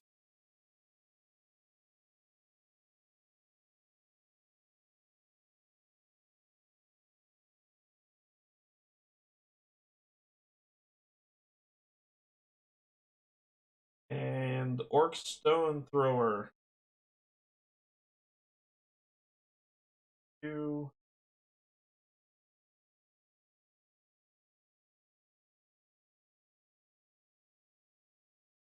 Okay. For expansion creatures, I remove. Alright, so we take these. Shake them up.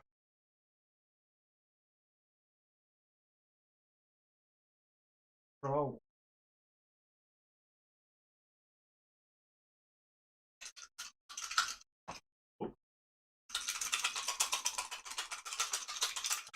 And that's a mage keep down there too, that you get to see. So we're gonna go up against that. Whatever that may be. And there's a mage keep. So I will make sure I remove the proper things. Source. A sorcerer! Mage. Mage.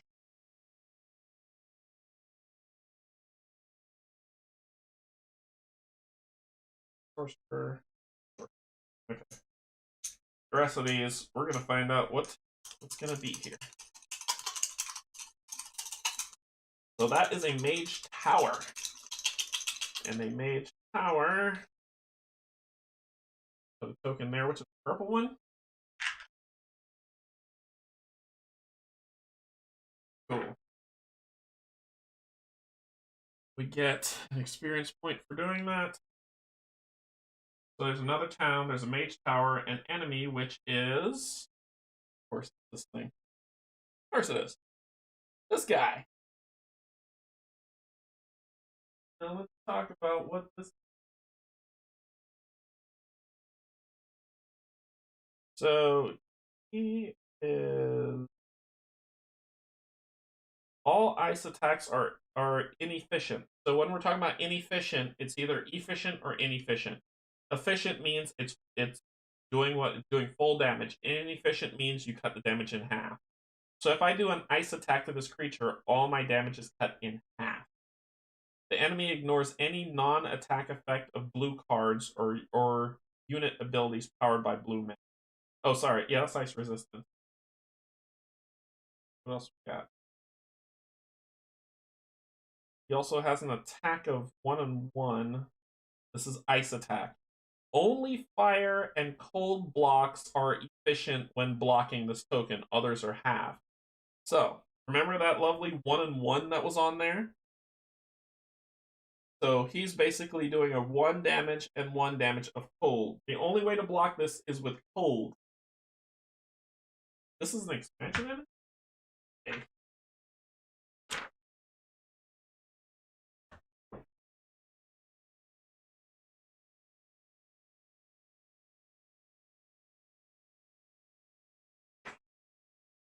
Base game token. Is another one. Go base. Yep, you are. Thank you. We got him instead. So that's the guy. A basic guy with three health, 4 fight, and 2 experience. I need to split this game out. Good grief. Alright. Alright, so I'm there. I don't have any more cards. That's all I could do. I'm done. 1, 2, 3. There is a blue, because there's a blue token. I drew a blue card, so you draw 1 extra card. Basically 1 for each crystal. And then I draw up to my hand. So I've got 2 left, and then I'm done.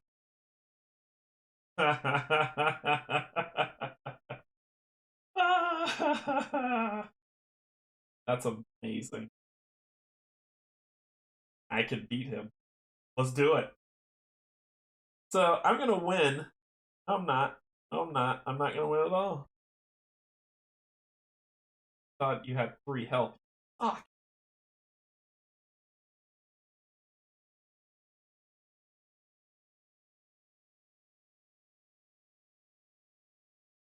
I could reveal the next tile and keep on trucking. That's what I'm gonna do. I thought I could beat this person with this ability. So this is a new one that you didn't see. It's called Instinct. It says I can do one of these 4 things. I can move 2, influence 2, attack 2, or block 2, or commit a red to move 4, influence 4, attack 4, or block 4. And the other one was the stamina, or move 2, or commit a blue to move 4.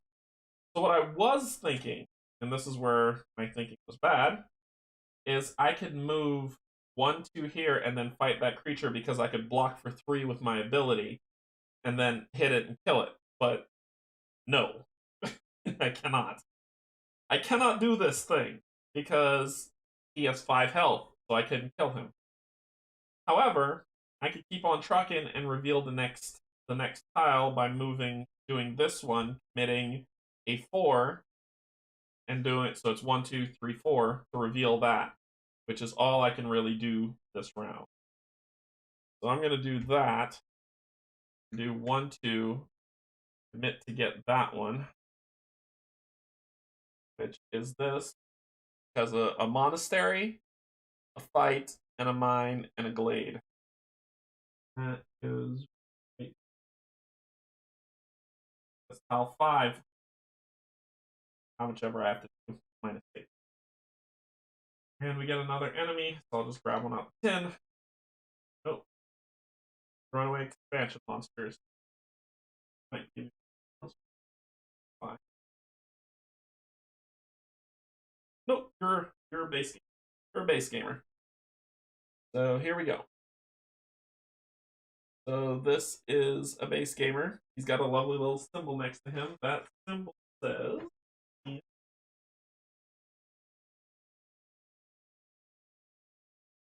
fortified. Only siege attacks can be used against this enemy in the ranged and siege attack phase.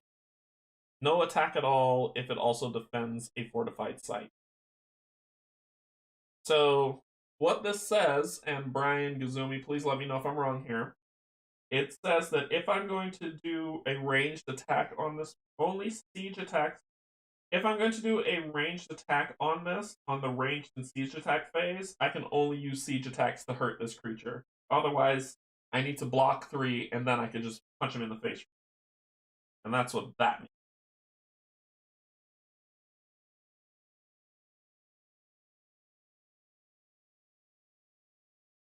I should have moved more.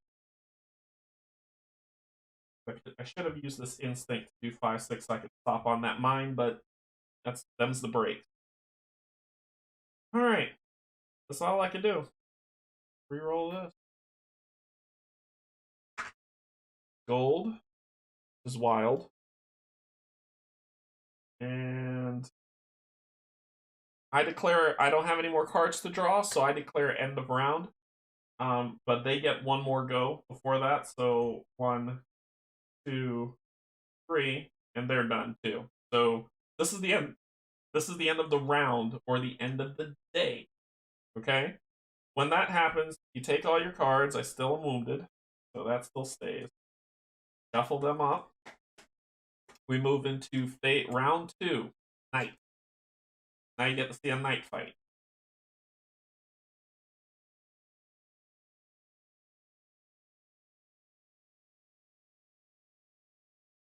So close to leveling up and being able to buy another ally. So now I shuffle these up. And once again, for people who are watching this and it's like, oh, you're playing it not efficient. I don't care. I'm having fun. And I'm not going to get it right. I'm learning. We're all learning, so it's going to be okay, I promise. This isn't that stream for pros. This is a stream for people who are just starting. Alright, so we put that down. Grab this. Shuffle this deck as well. There's a lot to going. I'll reveal the keep. 1 second. Sorry, I was doing this. I should have revealed the keep before I went. I was going to do it at the end, but my bad. Oh, I did. I got a fame. I'm at 7. I'm at 7 for revealing the tile. I didn't level up. I'm 1 away. Because I got 1 for revealing a tile. I beat this creature for 4, so it's 1, 2, 3, 4. I reveal the tile, and I reveal the tile. So I'm at 7. So I'm 1 away from leveling. Close, though. Close. Very close.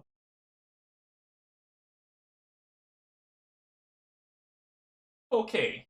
So we shuffle that. Now here's the upkeep part. This is the thing you need to do. It's not just a, okay, start over again. You don't. What you do is you take the initiative cards that you have for the day. These are removed. We're done for the reconnaissance. That's the end of it.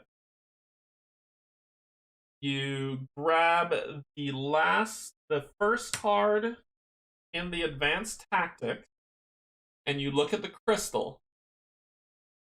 Yeah, you look at the crystal. This is a blue crystal. So you give the AI that color crystal now added on. So for instance, if I draw, and then this gets discarded, these slide down, and you draw a new card. Now advanced abilities upgrades. Now there's Crushing Bolt, which I do want. Really do want. I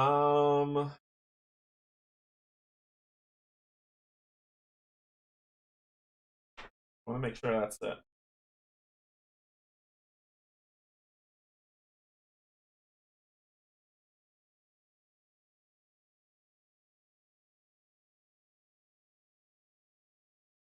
Oh, here it is. All right. So you flip the day tile to the night side. And refresh the source. So reroll all black and gold dice until at least half of the dice show basic colors. Okay, so you refresh the source. Oh, your wound gets shuffled in your deck? Okay, so I refresh. Reroll all black and gold dice until at least half of the dice show basic colors. We're there, because it's a white, red, and gold. Gold is bad during nighttime because gold is useless. It doesn't work at night at all. It's not wild, it's just used. Create a new unit offer. Place any remaining units at the bottom of the corresponding deck and reveal cards equal. So all these units go to sleep. We get a new 3. 1, 2, 3. This is the upkeep. Ooh, Guardian Gold.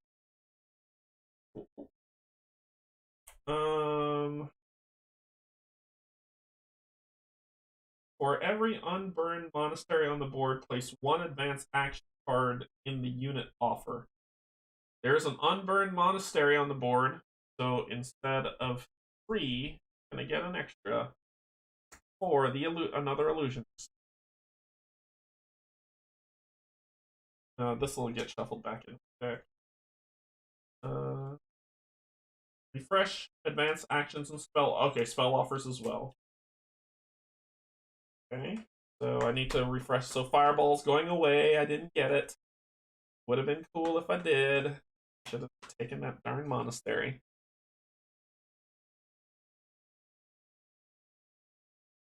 Goes at the bottom. Okay. We get 3 new spells, which is Meditation, Call to Arms, and Underground Travel. It's a unit. Create a new unit offer. Place any remaining units on the bottom of the corresponding deck and reveal cards equal to the number of players plus 2. If For every unburned monastery on the board, place one advance action card. Fair enough. We get in the unit offer. That's what it meant. Place for every unburned monastery on the board, place one advance action card in the unit offer. And I got Into the Heat, refresh advance actions, spell offers, which I did. Players reshuffle their decks and draw new cards. Any banner artifacts may be removed from the units, shuffled in so the units are back to normal. Spent units become ready. Okay. Cool. Yeah, I follow. Alright, then we go to, got all that stuff, we shuffled up, we've switched everything out. Alright, then we get to the night deck. The night deck is a lot of fun, so it's from dusk, which is nothing, like early start. Long night. Oh. Is that what it is?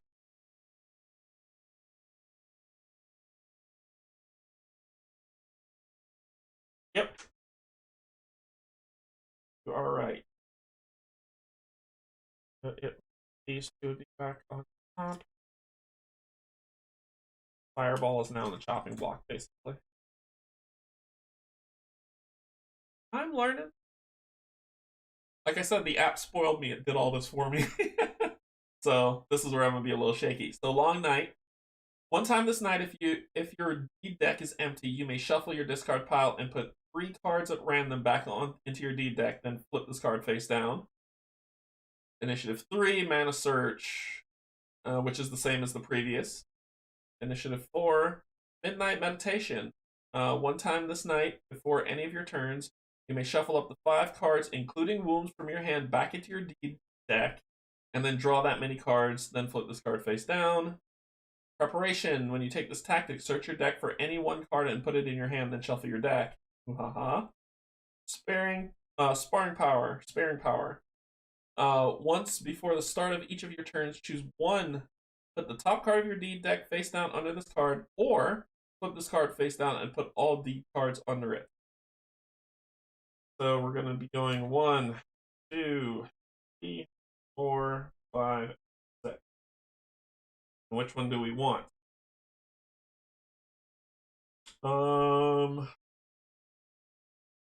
Once per turn, before you use mana from the source, you may reroll up to 2 mana dice in the source. Well, we know we have a useless one here. Dummy player gets bottom advance action. I did that, Brian. Got a blue. I did that. I did the advance action one already.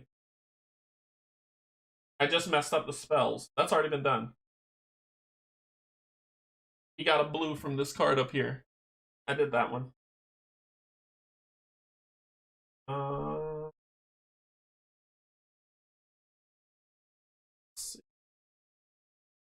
The dummy player has 4 tokens now instead of 3.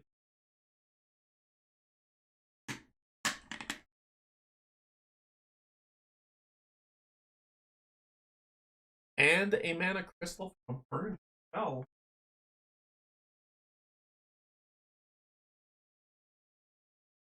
Oh, okay.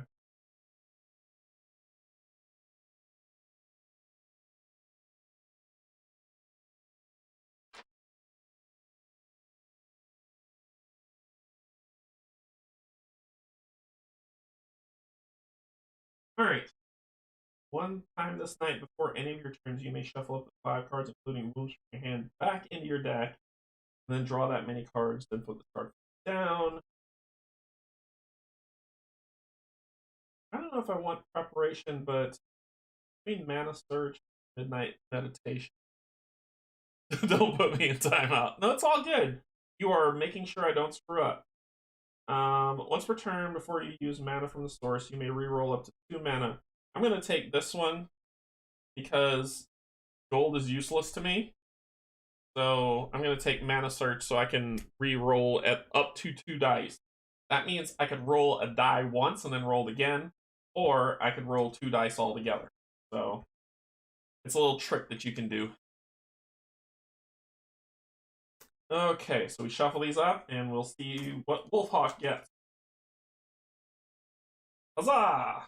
So Wolfhawk goes after me this round. That's sad that they got that one. Okay, so I'm 3, therefore, so I go first. And I draw my 5. 1, 2, 3, 4, 5. And you're like, how do you know you draw 5? On your first sign up, it says 5. I'll let you know. So I got Promise, which is Influence, Cold Toughness, which is Attack or Block, Swiftness, which is Movement or Range, March, which is Movement, and Rage, which is Attack. This is actually pretty diverse. And I forgot to reveal this like Brian told me to. So this is the keep. So the keep, the bad keep, the 8 to block. Be able to do that. Be able to do that. Hmm. Hmm.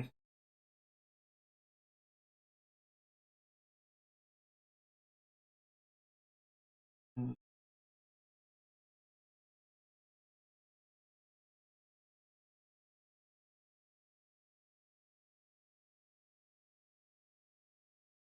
I don't have to. I could go fight that other creature. No, I can him. I do that. My movement has shifted a smidge. So remember, at nighttime, deserts are 3, forests are 5.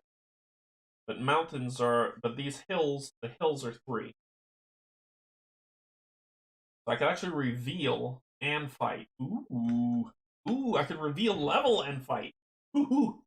Ooh. I could reveal level and fight. I'm gonna do that. I'm gonna do just that. The interesting thing about keeps is you don't have to fight them. They aren't like rampaging monsters, and I want that rampaging monster dead. So I just need 3 to beat him. So I gotta make sure I have that. Which I should. I have a red one that can do that. And then I just need to move next to him. So I'm not gonna screw with this thing. I'm gonna move up here.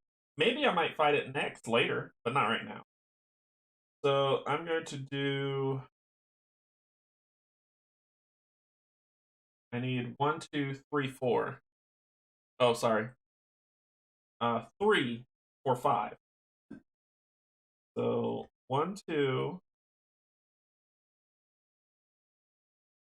So sad that that goal is useless. I don't want to use that right now, but I could. That'll give me a 4 plus 1 I need. I got the red to kill him, and I got the ice block to block the attack. This right here wins me the fight. So let's make it work.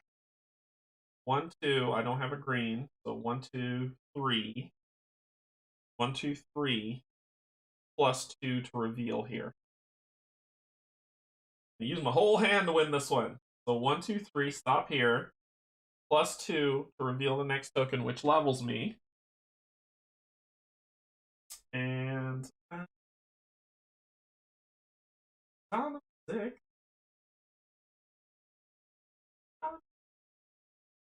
Which Brian, correct me if I'm wrong here. At nighttime I can't see. I can only see rampaging monsters, right?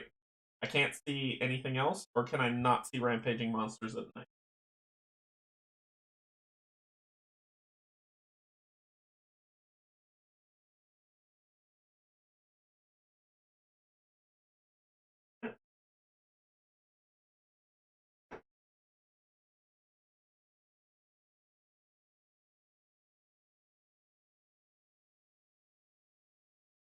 Can I see rampaging?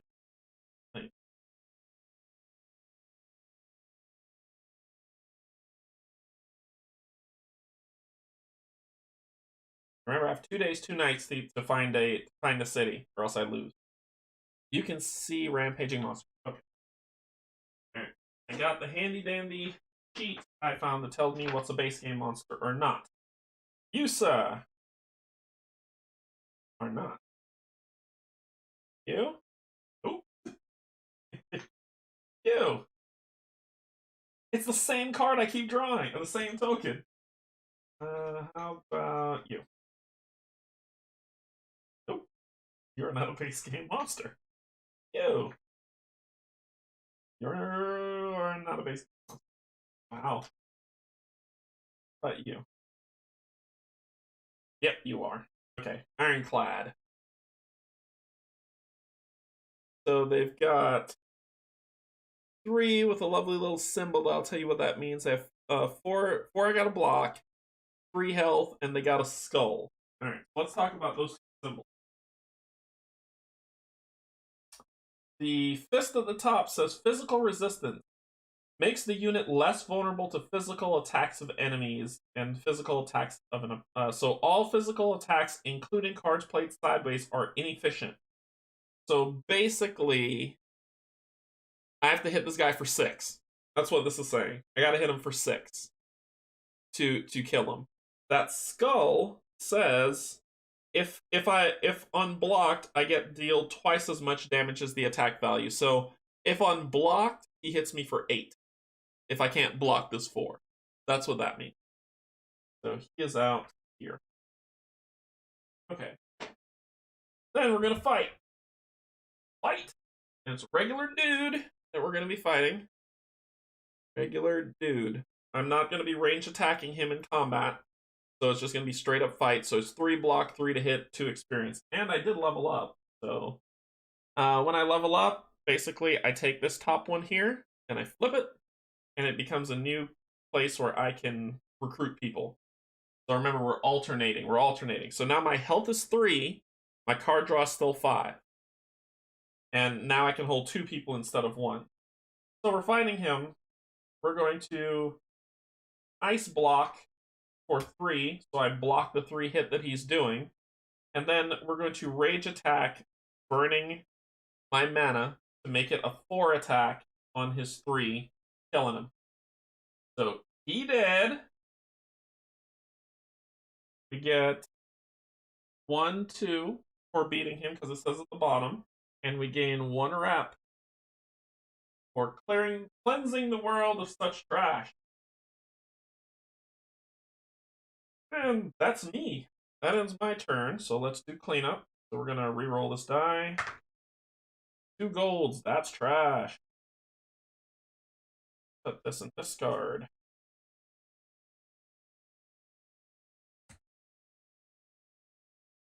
Your turn, you draw 3.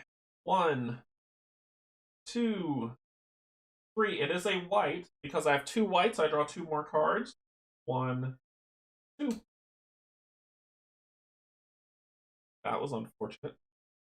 And then we did everything we're supposed to do. I'm going to draw up to 5. 1, 2, 3, 4, 5. I have Threaten, Diplomacy, Mana Draw, Stamina, and Crystallize. Well, I want to get to that monastery tonight. Because monasteries let me get rid of some problems. Find the monastery card. So let me hold this up and then I'll be able to. I need to learn this game. It's fun. It is a fun game. So this is what I could do at a monastery.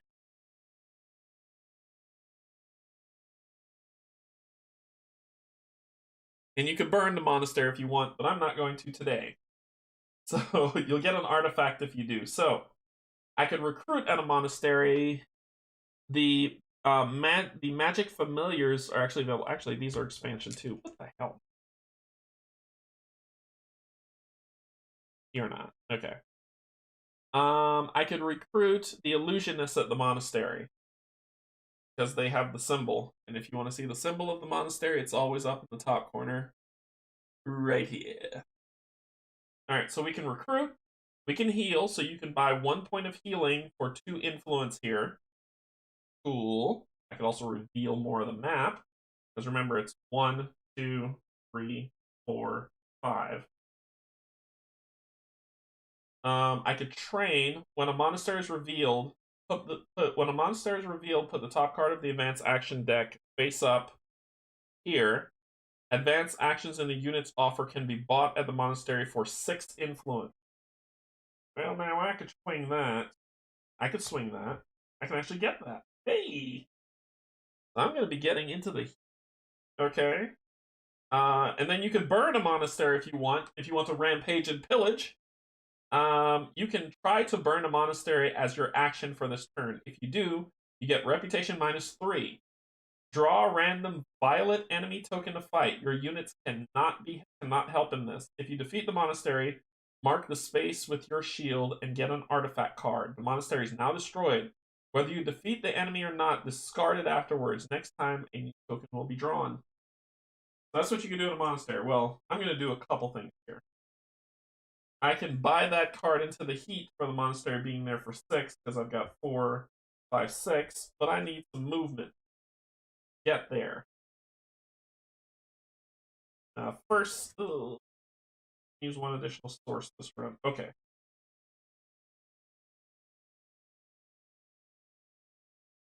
Okay, so I'm going to flip Mana Search to reroll 2 mana dice in the source to something better because they're gold and they're useless.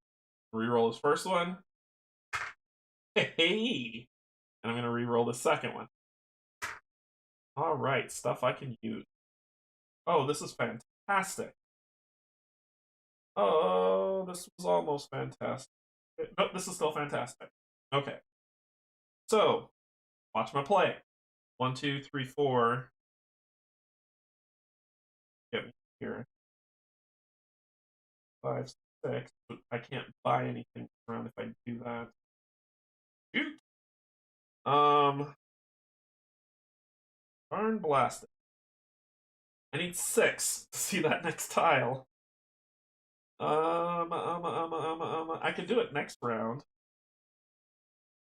I could play that blue for 4, then play mana draw to use an additional one to use diplomacy to get into the units don't want to have anything to do with your sacrilegious actions. Indeed, indeed. So let's do it. We're gonna spend this and that, make it 4. 1, 2, 3, 4. We're then gonna spend mana draw, which it says you can use 1 additional mana die from the source this turn. So then in the monastery, I'm going to do diplomacy, spending the white die. So diplomacy with the white die gives me 4 influence, plus 2 gives me 6, which gets me into the heat. Well, I know a womb's coming next. Let me put that there. Crystallize says when you play this, also pay 1 mana. Nope. This is cool. That stays in my hand. That's the turn. So I got a new card. Good, good, good. So let's that's the ends of my turn. Let's go over here to 1, 2, 3. It's a blue. 1, 2, because there's 2 blues here, unfortunately. Go ahead and clean up. We got a blue and another green. Just go into discard, and we draw up to 5. So 1, 2, 3, 4, 5. Oh, it should have been upside down. It doesn't matter. I still get it. I don't mind it being this way. It's whatever. So I've got Into the Heat, and Into the Heat is my new card that says, play this at the start of combat. All of your units get their attack and block values increased by 2 this combat. You cannot assign damage to your units this turn. So they're blocked. That's not bad. I got that. Got some swiftness, which will let me reveal the new tile. I've got concentration, and I've got a wound. Well, I'm at a monastery, so I can pay influence to completely get rid of this if I want. But let's see what the world holds for us to start.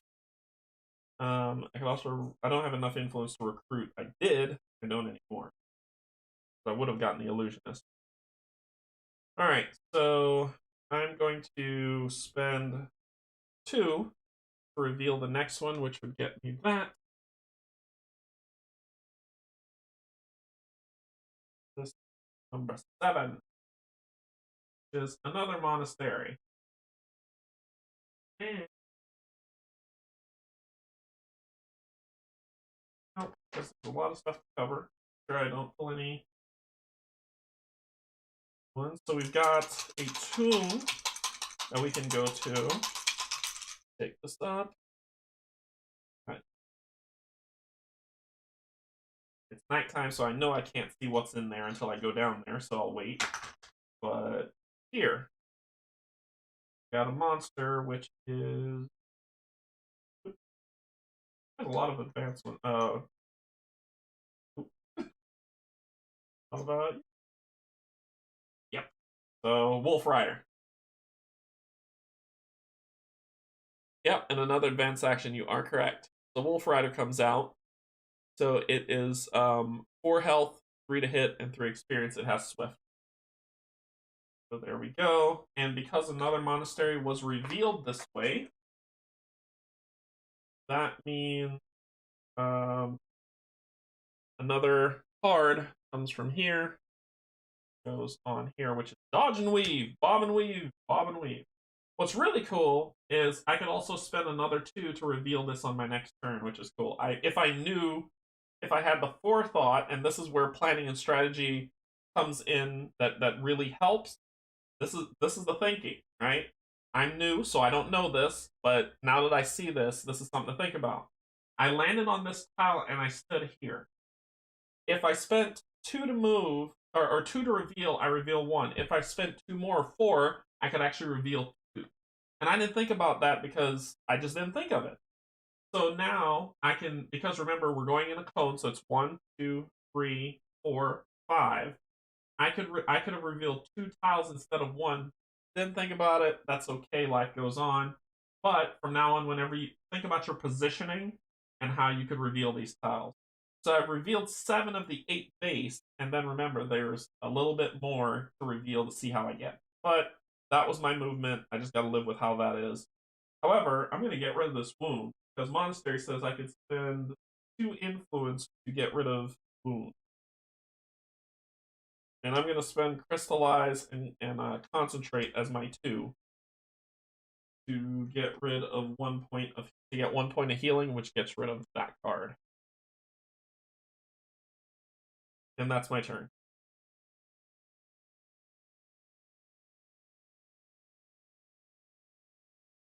Okay, your turn. 1, 2, 3. You are killing me. 1, 2. The round ends next. So let me draw my 5 or 4. 1, 2, 3, 4 up to 5. I have 1 card left too. And I've got Tranquility to heal. Can I use this on a unit? Can I use Tranquility on a unit? Brian, just let me know. Rage, Stamina, and Instinct for movement. Okay. So we do have a blue to move 4. I am going to move this turn. So, but I'm going to reveal first.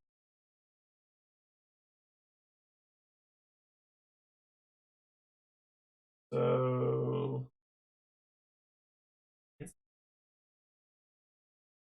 a red. Get it? Well, it's almost end of round.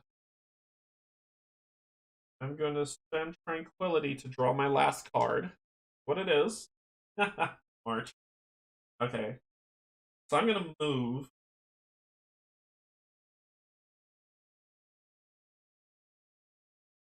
One, 2, 3, 4,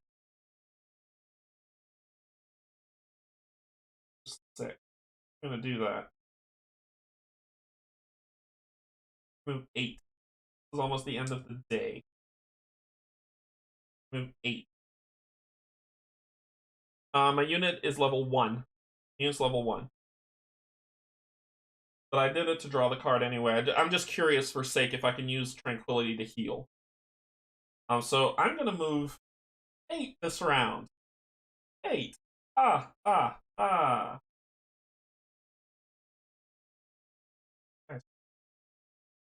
No, I don't want to do it. Moving 8. Moving 8.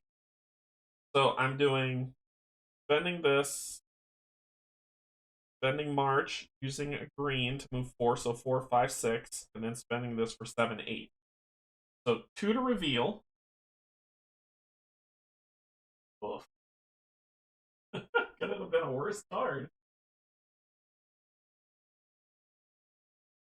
Okay. We could make sure a proper monster. Yep.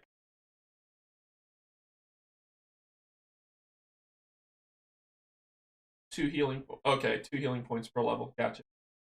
So, guy's a little bit tough. Block for 4 in there. Heat here. So that was 2. Here. That was 2. Got 8.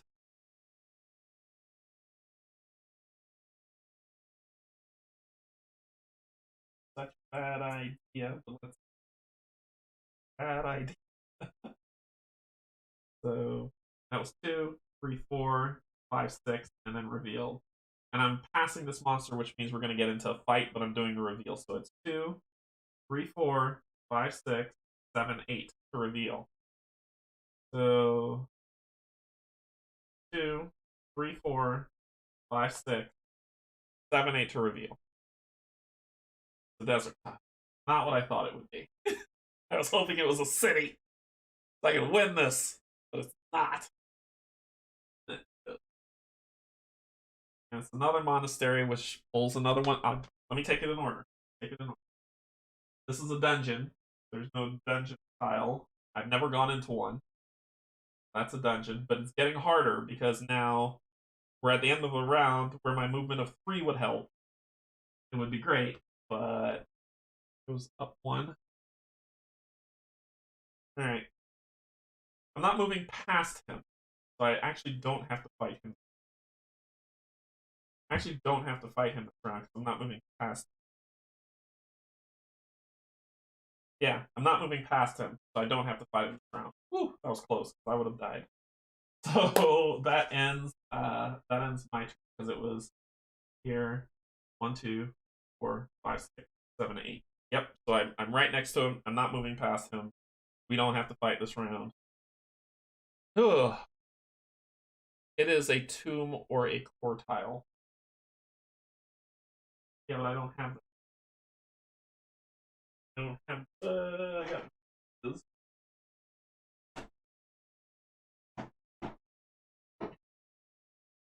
Yeah, I don't have. Okay. Monastery came out, which means another one of these is coming. Pure magic. So I'm stopping where I am. Rolled. Go white. Put that up. And I'm kind of declaring the end of the night. The end of the night.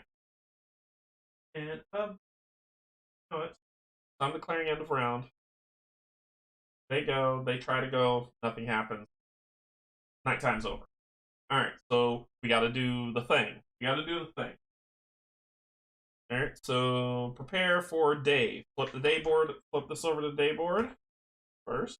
So new spot in the desert now. Create a new unit offer. Place any remaining units on the bottom of the corresponding deck and reveal an equal number of units.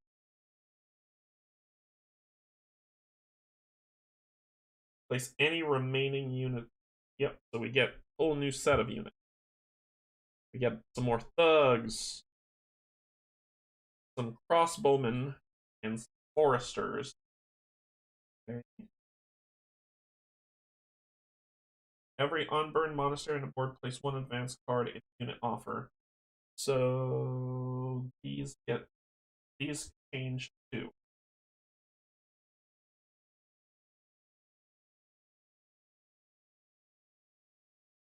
Yep. That's what it say. Blood of Ancients and Ambush. Okay, refresh action. So you pull the bottom one. It's another blue. So now there'll be 3 cards for blue. Will hurt. That goes there. You slide down. Draw this over. It is counterattack. Red, more attack. Then spells. My fireball is lost to all time.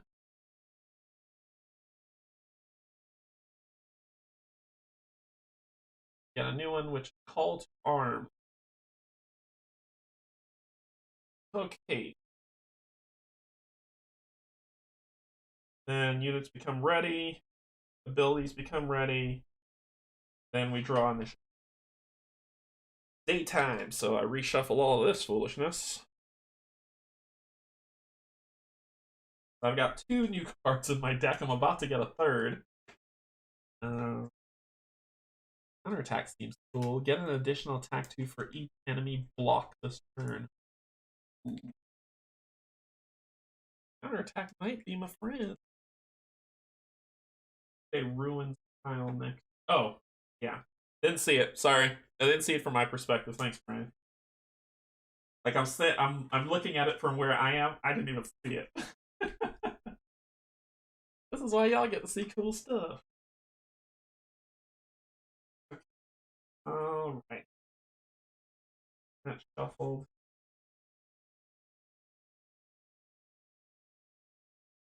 Notice. I want you to notice that the time deck is not increasing. It's just getting worse to draw from. Now blues, I draw 3 cards instead of 2. Ugh. This is round number 3. So I got this round and one more round, and I win or lose. Okay. So we find the ruin.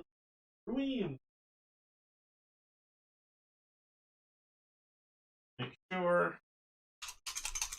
I'm next to it so I can see what it is, but just to make sure that you get the proper ruins too.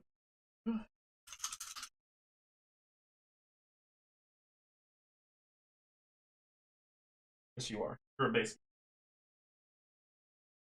The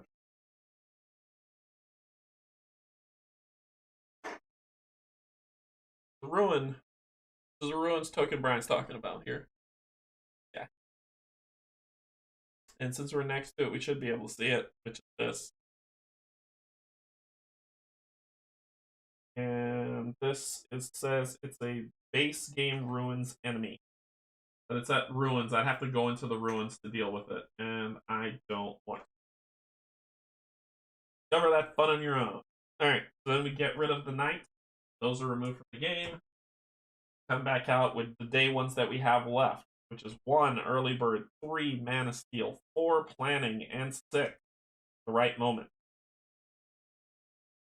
When you take this tactic, take 1 mana die of a basic color from the source, put it in a card.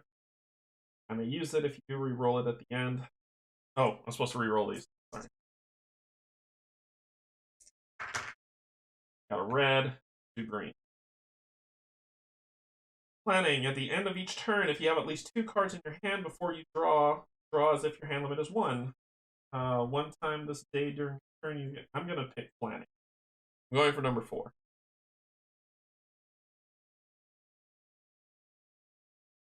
Wolfhawk will get number 1, early bird. Wolfhawk's going early. So Wolfhawk goes first.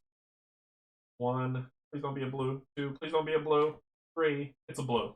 So I draw 1, 2, 3 cards. Fantastic.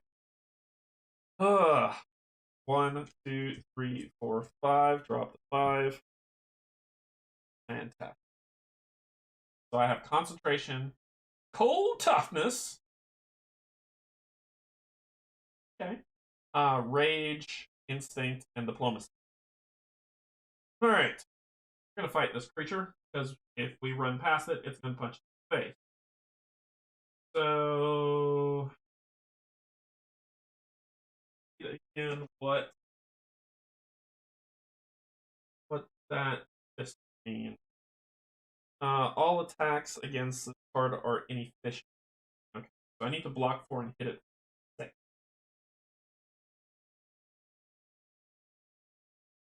I don't have a blue to do ice block. That would have been fantastic. And block 3. 4. So that's blocking 4. Then I need to hit it for 6. I have a red. I got it. Woohoo! Oh my gosh, that was close. Okay, I beat him. So, let's talk about what I just did. Cold Toughness has an ice block of 3. His block is 4. Let me hold this up so you can see it because it's a little far off from the camera. So his hit is 4. That brutal means that he'll hit me for 8 if I can't block it, but his hit's 4, and all my attacks against him are halved, so I have to hit him for 6. It basically says you have to hit him for double. That's what it means. So I'm gonna do Ice Block, which is a block 3. Let me hold that up so you can see. Ice Block 3. I'm not gonna spend the mana, and I'm gonna add this 1 to make it 4. So I block his attack straight out. Now it's my turn to punch him in the face, and I need to hit him for 6. Well, I've got Rage and a red, which puts that Rage to attack 4. Then I've got Instinct, which is attack 2. That's 6. Ta-da! I win. So my rep goes up. I get 4 for beating him. 1, 2, 3, 4. So I level.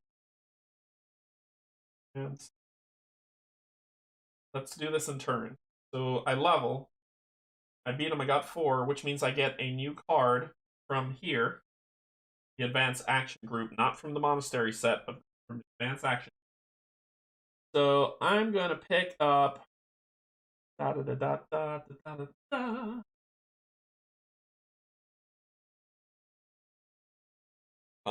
Attack. Attack 2. Get an additional attack 2 for each enemy blocked this turn. But spend a red, attack 4, get an additional attack 3 for each enemy blocked this turn.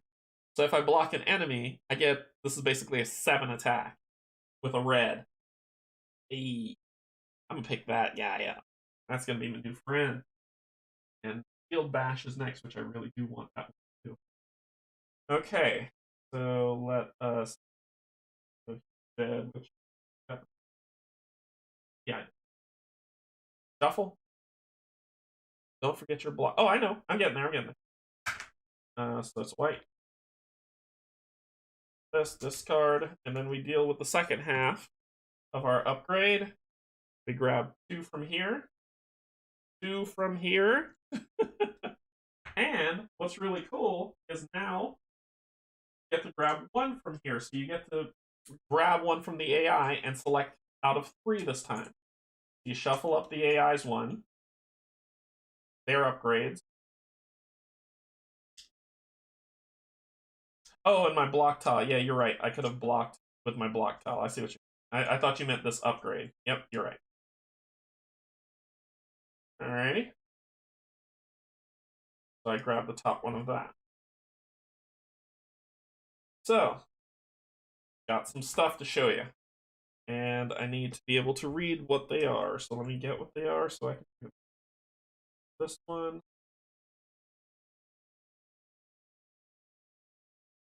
Cool. So this first one here, is called Resistance Break. Once a turn, choose an enemy token. It gets -1 armor for each resistance it has, to a minimum of 1. That one. This one is called I don't give a damn.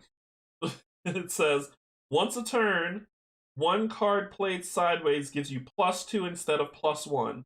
If it's an advanced action card, spell, or artifact, it gives you +3 instead. That's cool. That's very cool.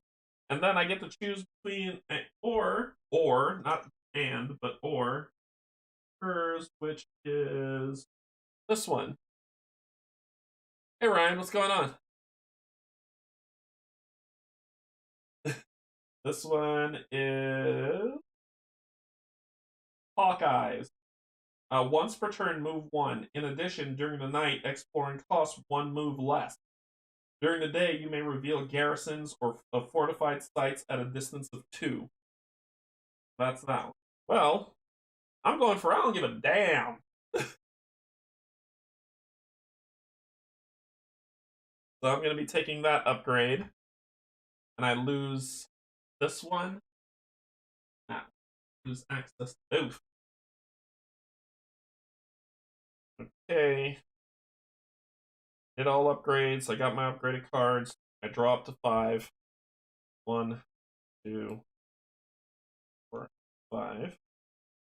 Rerolled. We're back at the next round. 1. Please don't be 2. Please don't. Please, please, please, please. Oh, 3. It's a green. Like this round will be over before anything.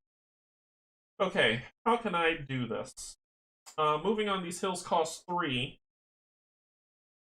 So it's 6, 8.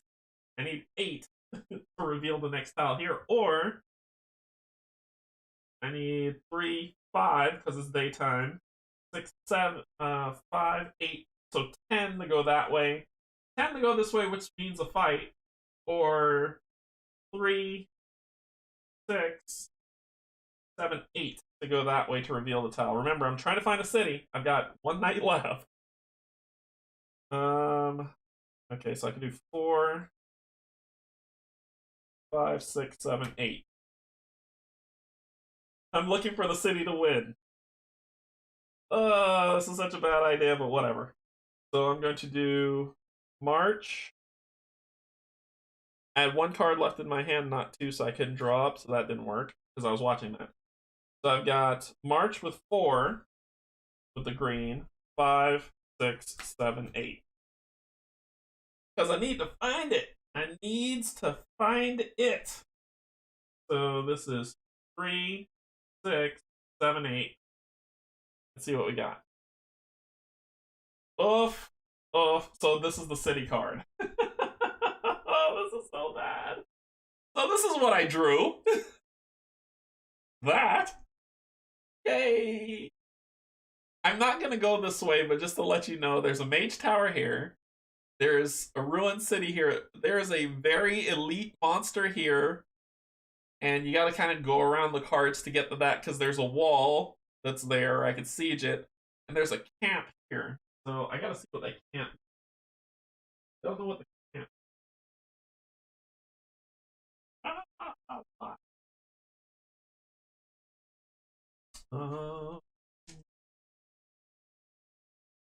You're working. That's a maze. It's not a ruins, it's a maze. Refugee camp. So refugee camps, recruiting, you can interact. So you can interact to recruit units here.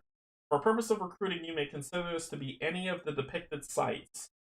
Units that require more advanced sites for recruitment have their costs increased by a specific number. But I got some reps, so if I want to from a town, it's easy. From a keep, mage tower, or monastery, it's +1, but I have +1 to mine, so it's regular price. And from a city, it's +3.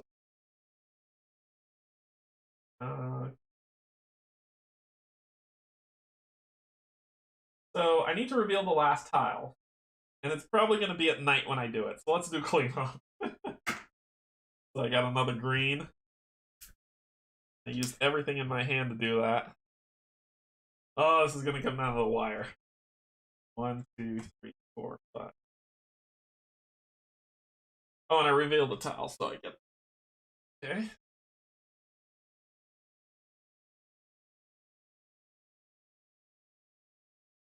Don't know if this will work. All right. You go first. 1, 2, 3. And it's a white. So 1, 2. That's my turn. Deserts cost 5 during the night.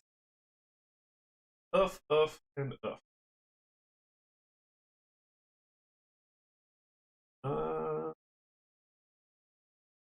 I am going to be right back. I'll be right back. Be right back.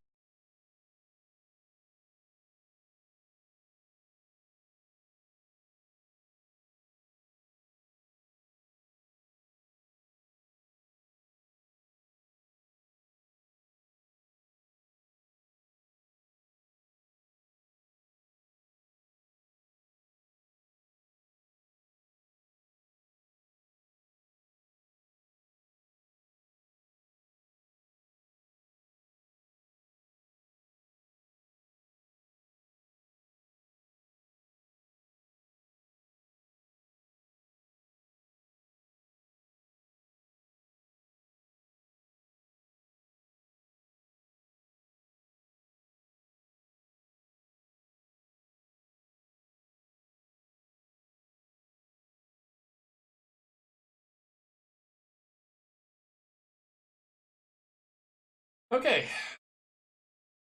Alright, so my draw hand was swiftness, stamina, mana draw, and crystallize. Alright. So here's the tough part. I need to get here. I need to get here to reveal this tile, but that'll cost me 5 to 10. Or I could do 3, 5, 8, 9, 10. So if I can make 10, I can get here, reveal, and win, because we know this is the city tile. It's the last tile. I can't cross mountains because that's something I can't do. So I can't go up here and look. That's not a possibility.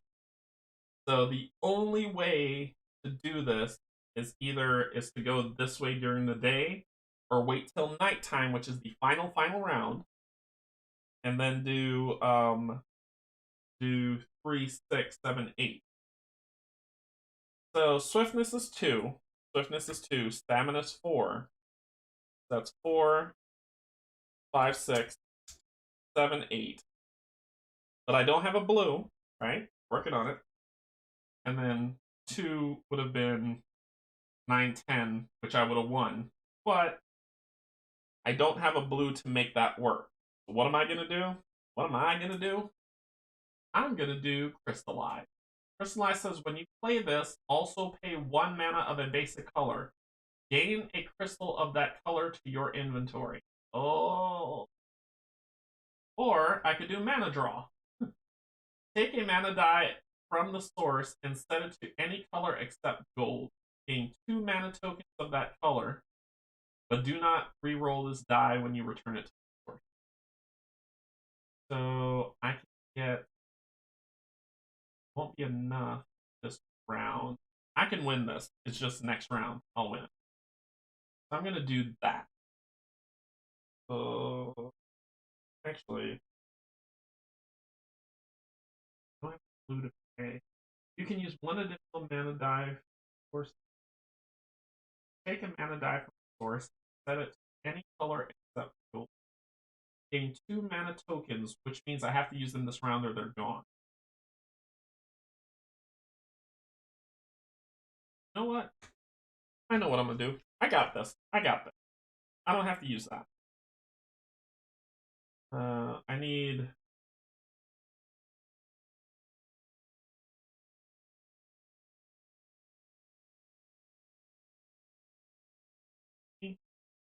Five. I just need 8, and then I won. Just need 8, and then I won. So take a mana die from the source and set it to any color except gold. Gain 2 mana tokens of that color. Do not reroll this die when you return to the source. So I'm going to play Mana Draw. I'm going to add this white to it. Get... So it says take a mana die from the source and set it to any color except gold. Blue. Gain 2 mana tokens of that color. So I'm going to gain 2 blue. These are use or lose. Do not reroll this die when you return it to the source. Okay, so then I'm going to do stamina plus that blue for 4, 5, 6, 7, 8. So 3 and 5, 8. Stop there. Done. These fall off because they're tokens. They're not in the inventory. They're just one-time uses and they're gone. It says, do not re-roll this die when you return it to the source. Okay, that goes back there. Goes in discard. And I hang on to Crystallize. Do you see I've won yet? Here's how I've won. Their turn. 1, 2. But that is the end, so they're claiming end of round, which means this is my last round. So I draw up 1, 2, 3, 4. I've got Rage. There's the win for March, Threaten, and Tranquility. Oh, let's have some fun. So I'm going to use Tranquility to draw my last card, which is another move. Then I'm going to spend 2 to reveal the last token. You have to re-roll that one white die. It is the blue one. You have to set. Oh, gotcha. Red. Even better. Thank you. Thank you for that, Gazumi. So then we flip over the last one, which is our city, which announces us as the winner. However, so we won. Yeah, we won. That was it. We just had to find a city, and we found one, and we won. So that is the reconnaissance. There was a lot of stuff I didn't do, but I won. But thanks for that. There's a lot of stuff I didn't do, but I won. I didn't take the Mage Keep, so you didn't see me get a spell. And basically, what would happen is I'd flip this over. This is an advanced one, but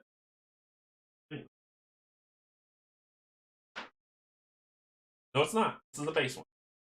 So this is a base keep guy. If you want to see what they look like, that's him. He's doing fire damage of 6.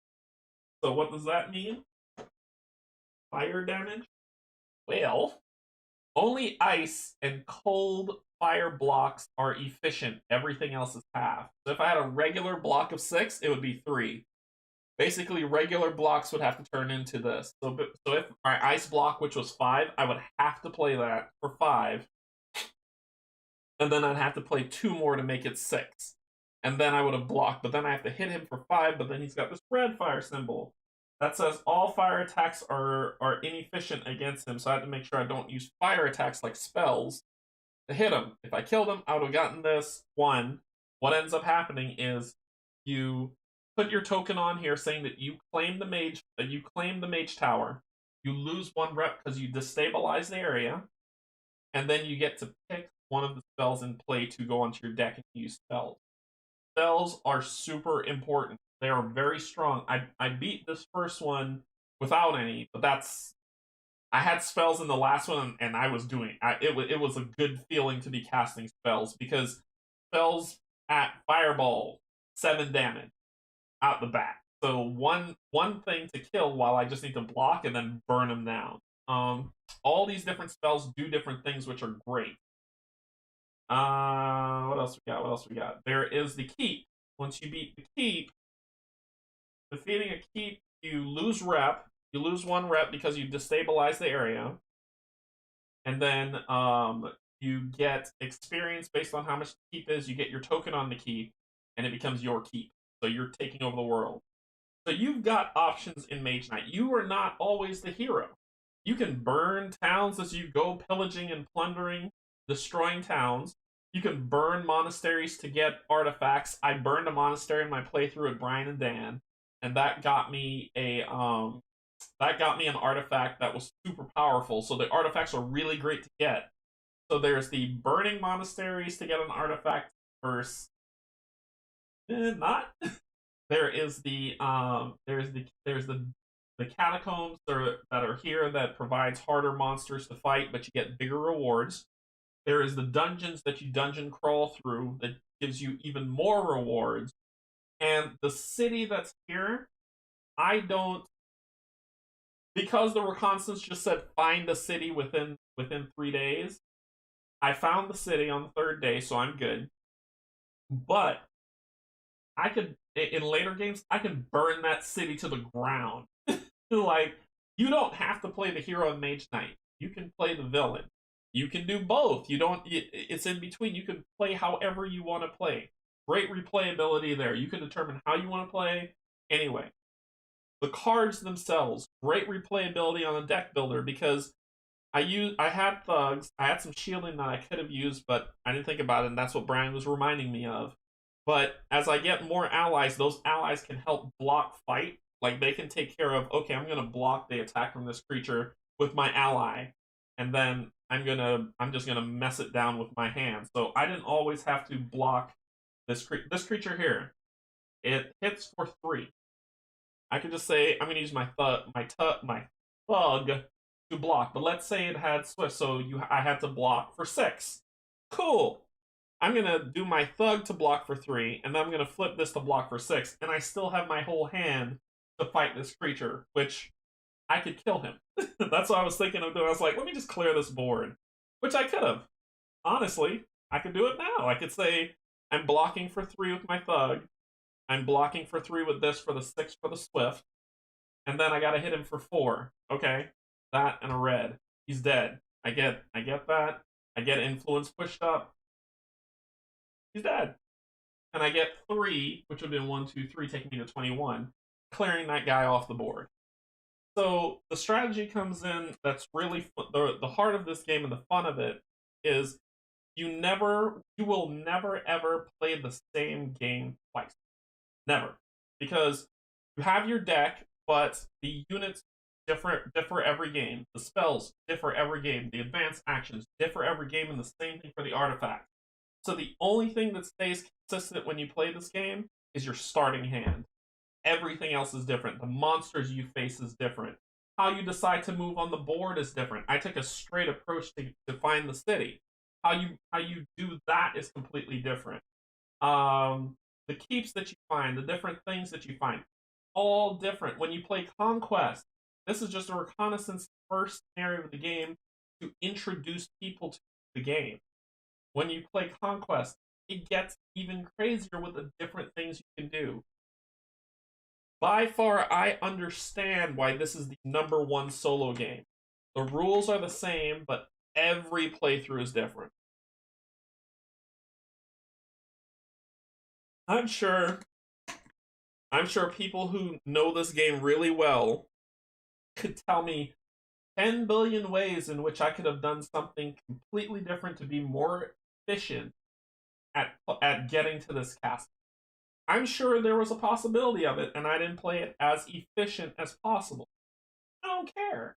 I had fun. I had fun walking through this, learning it, going through. This game is not. It's not hard. The problem is everything has something about it. For instance, I have to remember, what could have done that except that your unit is wounded, so can't use him to block with him. Oh, fair enough. Fair enough. I had the influence too to pay for it, but fair enough. But it's just like those types of rules. When a unit's wounded, it can't really do that well. You can heal your units, which is what Brian was talking about, that you can actually heal a unit. You could do.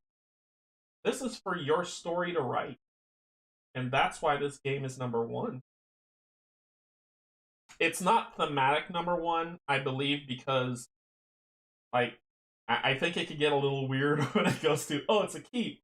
Oh, it's a keep with a weird troll in it, or it's just something odd. So I could see where the thematic side of it is not really. It's not #1. I don't think it's low. I think it's just not #1.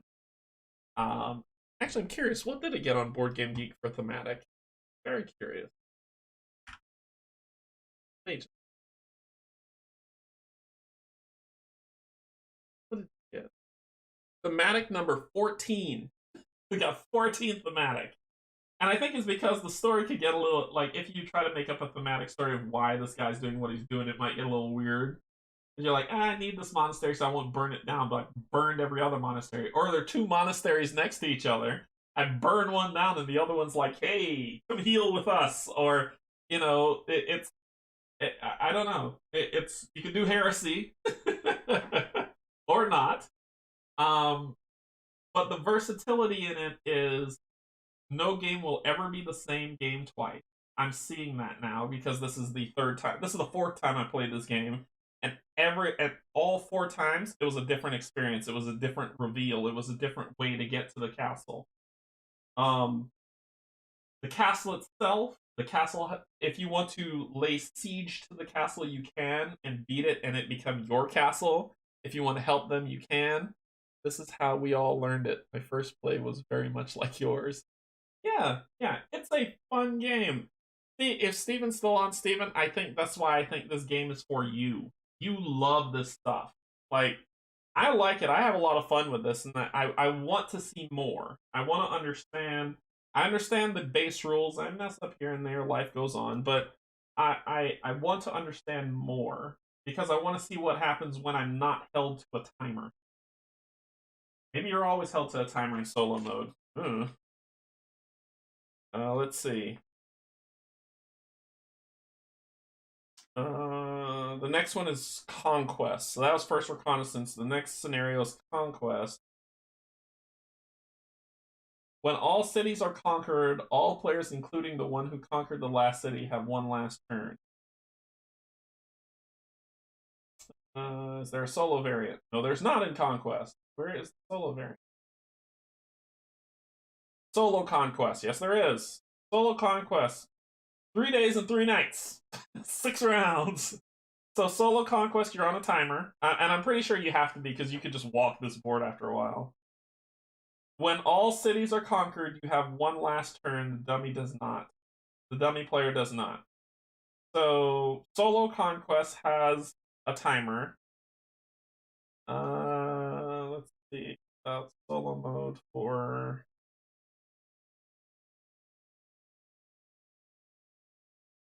Is that the only one?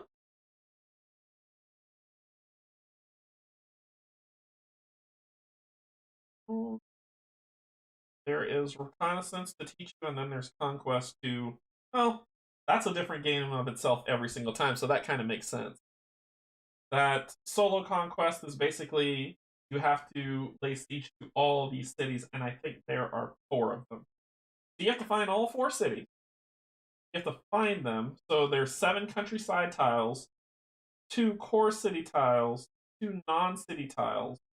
The first reveal city is of level 5, the second reveals level 8. And so you build that up. That's pretty cool. I want to play this. Other solo missions. This is a standard solo mission. If you wish, though, you may play any other mission as solo.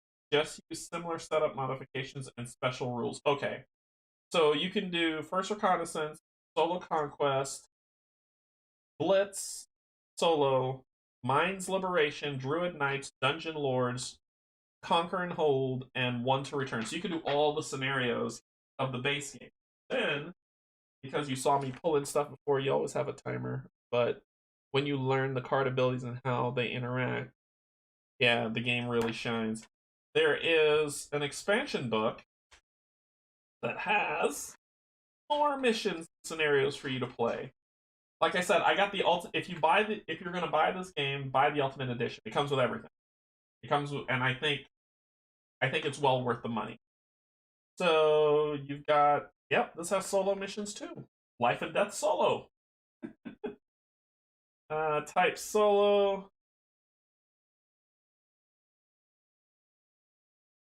Let's see. Map shape wedge, so it tells you how you're supposed to shape your map. So it's 3 days, 3 nights on a timer.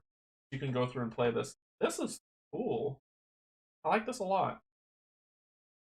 Yeah, and the place where you're like, well, I'm playing the scenarios and it's hard. It is because you are your own reason for losing this game. This game is, and when I say that, I mean this game is fair, right? You have 3 days and 3 nights to solve something. How you choose to spend those 3 days and 3 nights is up to you. You can not be efficient and still win, but barely. You could be efficient and still win, but barely. It all depends on the draws that come up. So I think that's why this game's the #1 solo game. It's fair. When I talk about fair, I'm gonna get on my high horse for a second for people who are still here. For people who are still here watching, I'm gonna get on my high horse. I want the game developers that make games for the sake of being hard, aka Dark Souls and Bloodborne. Look at this. This is perfect. This is how I like it. This is good. And this is good because the game is not brutal for the sake of being brutal. The game is brutal because I make it that way. I'm not playing as efficient as possible. And even if I play efficient as possible, the RNG is not a dice roll. The RNG is monster draw. And I can make it as hard as I want. I can make it as easy as I want, but even easy is difficult. Because I was playing with base characters and I was still having a hard time. Moving gets rough, if the cards don't come your way, if the mana pool doesn't work your way, then that stuff a combat can be either a breeze or really hard, even if you're playing, even if you're optimizing the best you can. So honestly, I can understand why this game's number one, and the more I play it, the more I like it. So damn you, Dan, for getting me into this. So I'm gonna try Conquest and see how I do. Anyway, you've heard me prattle on long enough. This has been fun. I want to thank Dan for introducing me to this game. It is a lot of fun. I highly recommend this. I don't think it's a hard brain burn. I think the problem happens is that when you don't play it for a while, those small rules like Swift and Fortified and this type of ice damage, and when you pull from this monster, do you use the specific ability? That's where it gets. That's where you start to forget stuff, and you need a reminder. But that's why Board Game Geek and the gaming community is out there to provide you with these things to help. So, all in all, this game gets a 10 out of 10 for me. I think it's good. I want to keep playing it. I want to see what happens. So, we'll see how it goes. Cool. So, what's to come? Next week's going to be interesting. I'm going to be playing some interesting stuff. I hope to get a fast play in so I can do Veil Raid Vignette 3. I'll be playing Destinies because Rob and Mel played Destinies yesterday, and they were the Huntsman and the Noble, and I said I would play the Witch. So Wednesday I'm playing the Witch, and I'll be going through the solo aspect of Destinies on Explore mode, so we can really get a sense of everything. And I didn't watch their playthrough. I don't know what happens. I wanted to stay completely ignorant of that game. I thought it'd be good. Then after that, I'm playing Thursday. Playing something. Gone out of my head. Gone. More games to come. Anyway, I'm not going to keep you. I know there's other stuff you want to get to on a Sunday. So thank you so much for joining me. Thank you, Brian, for helping me with the rules. I appreciate you so much. Hopefully I didn't screw up too much. I want to say my heart and my condolences go out to the family of Jim Benny. Jim Benny was a very good friend. I chatted with him a lot on Discord, on Rob's Gaming Table Discord, and he passed away yesterday. So he will be missed. I'm still in shock over it.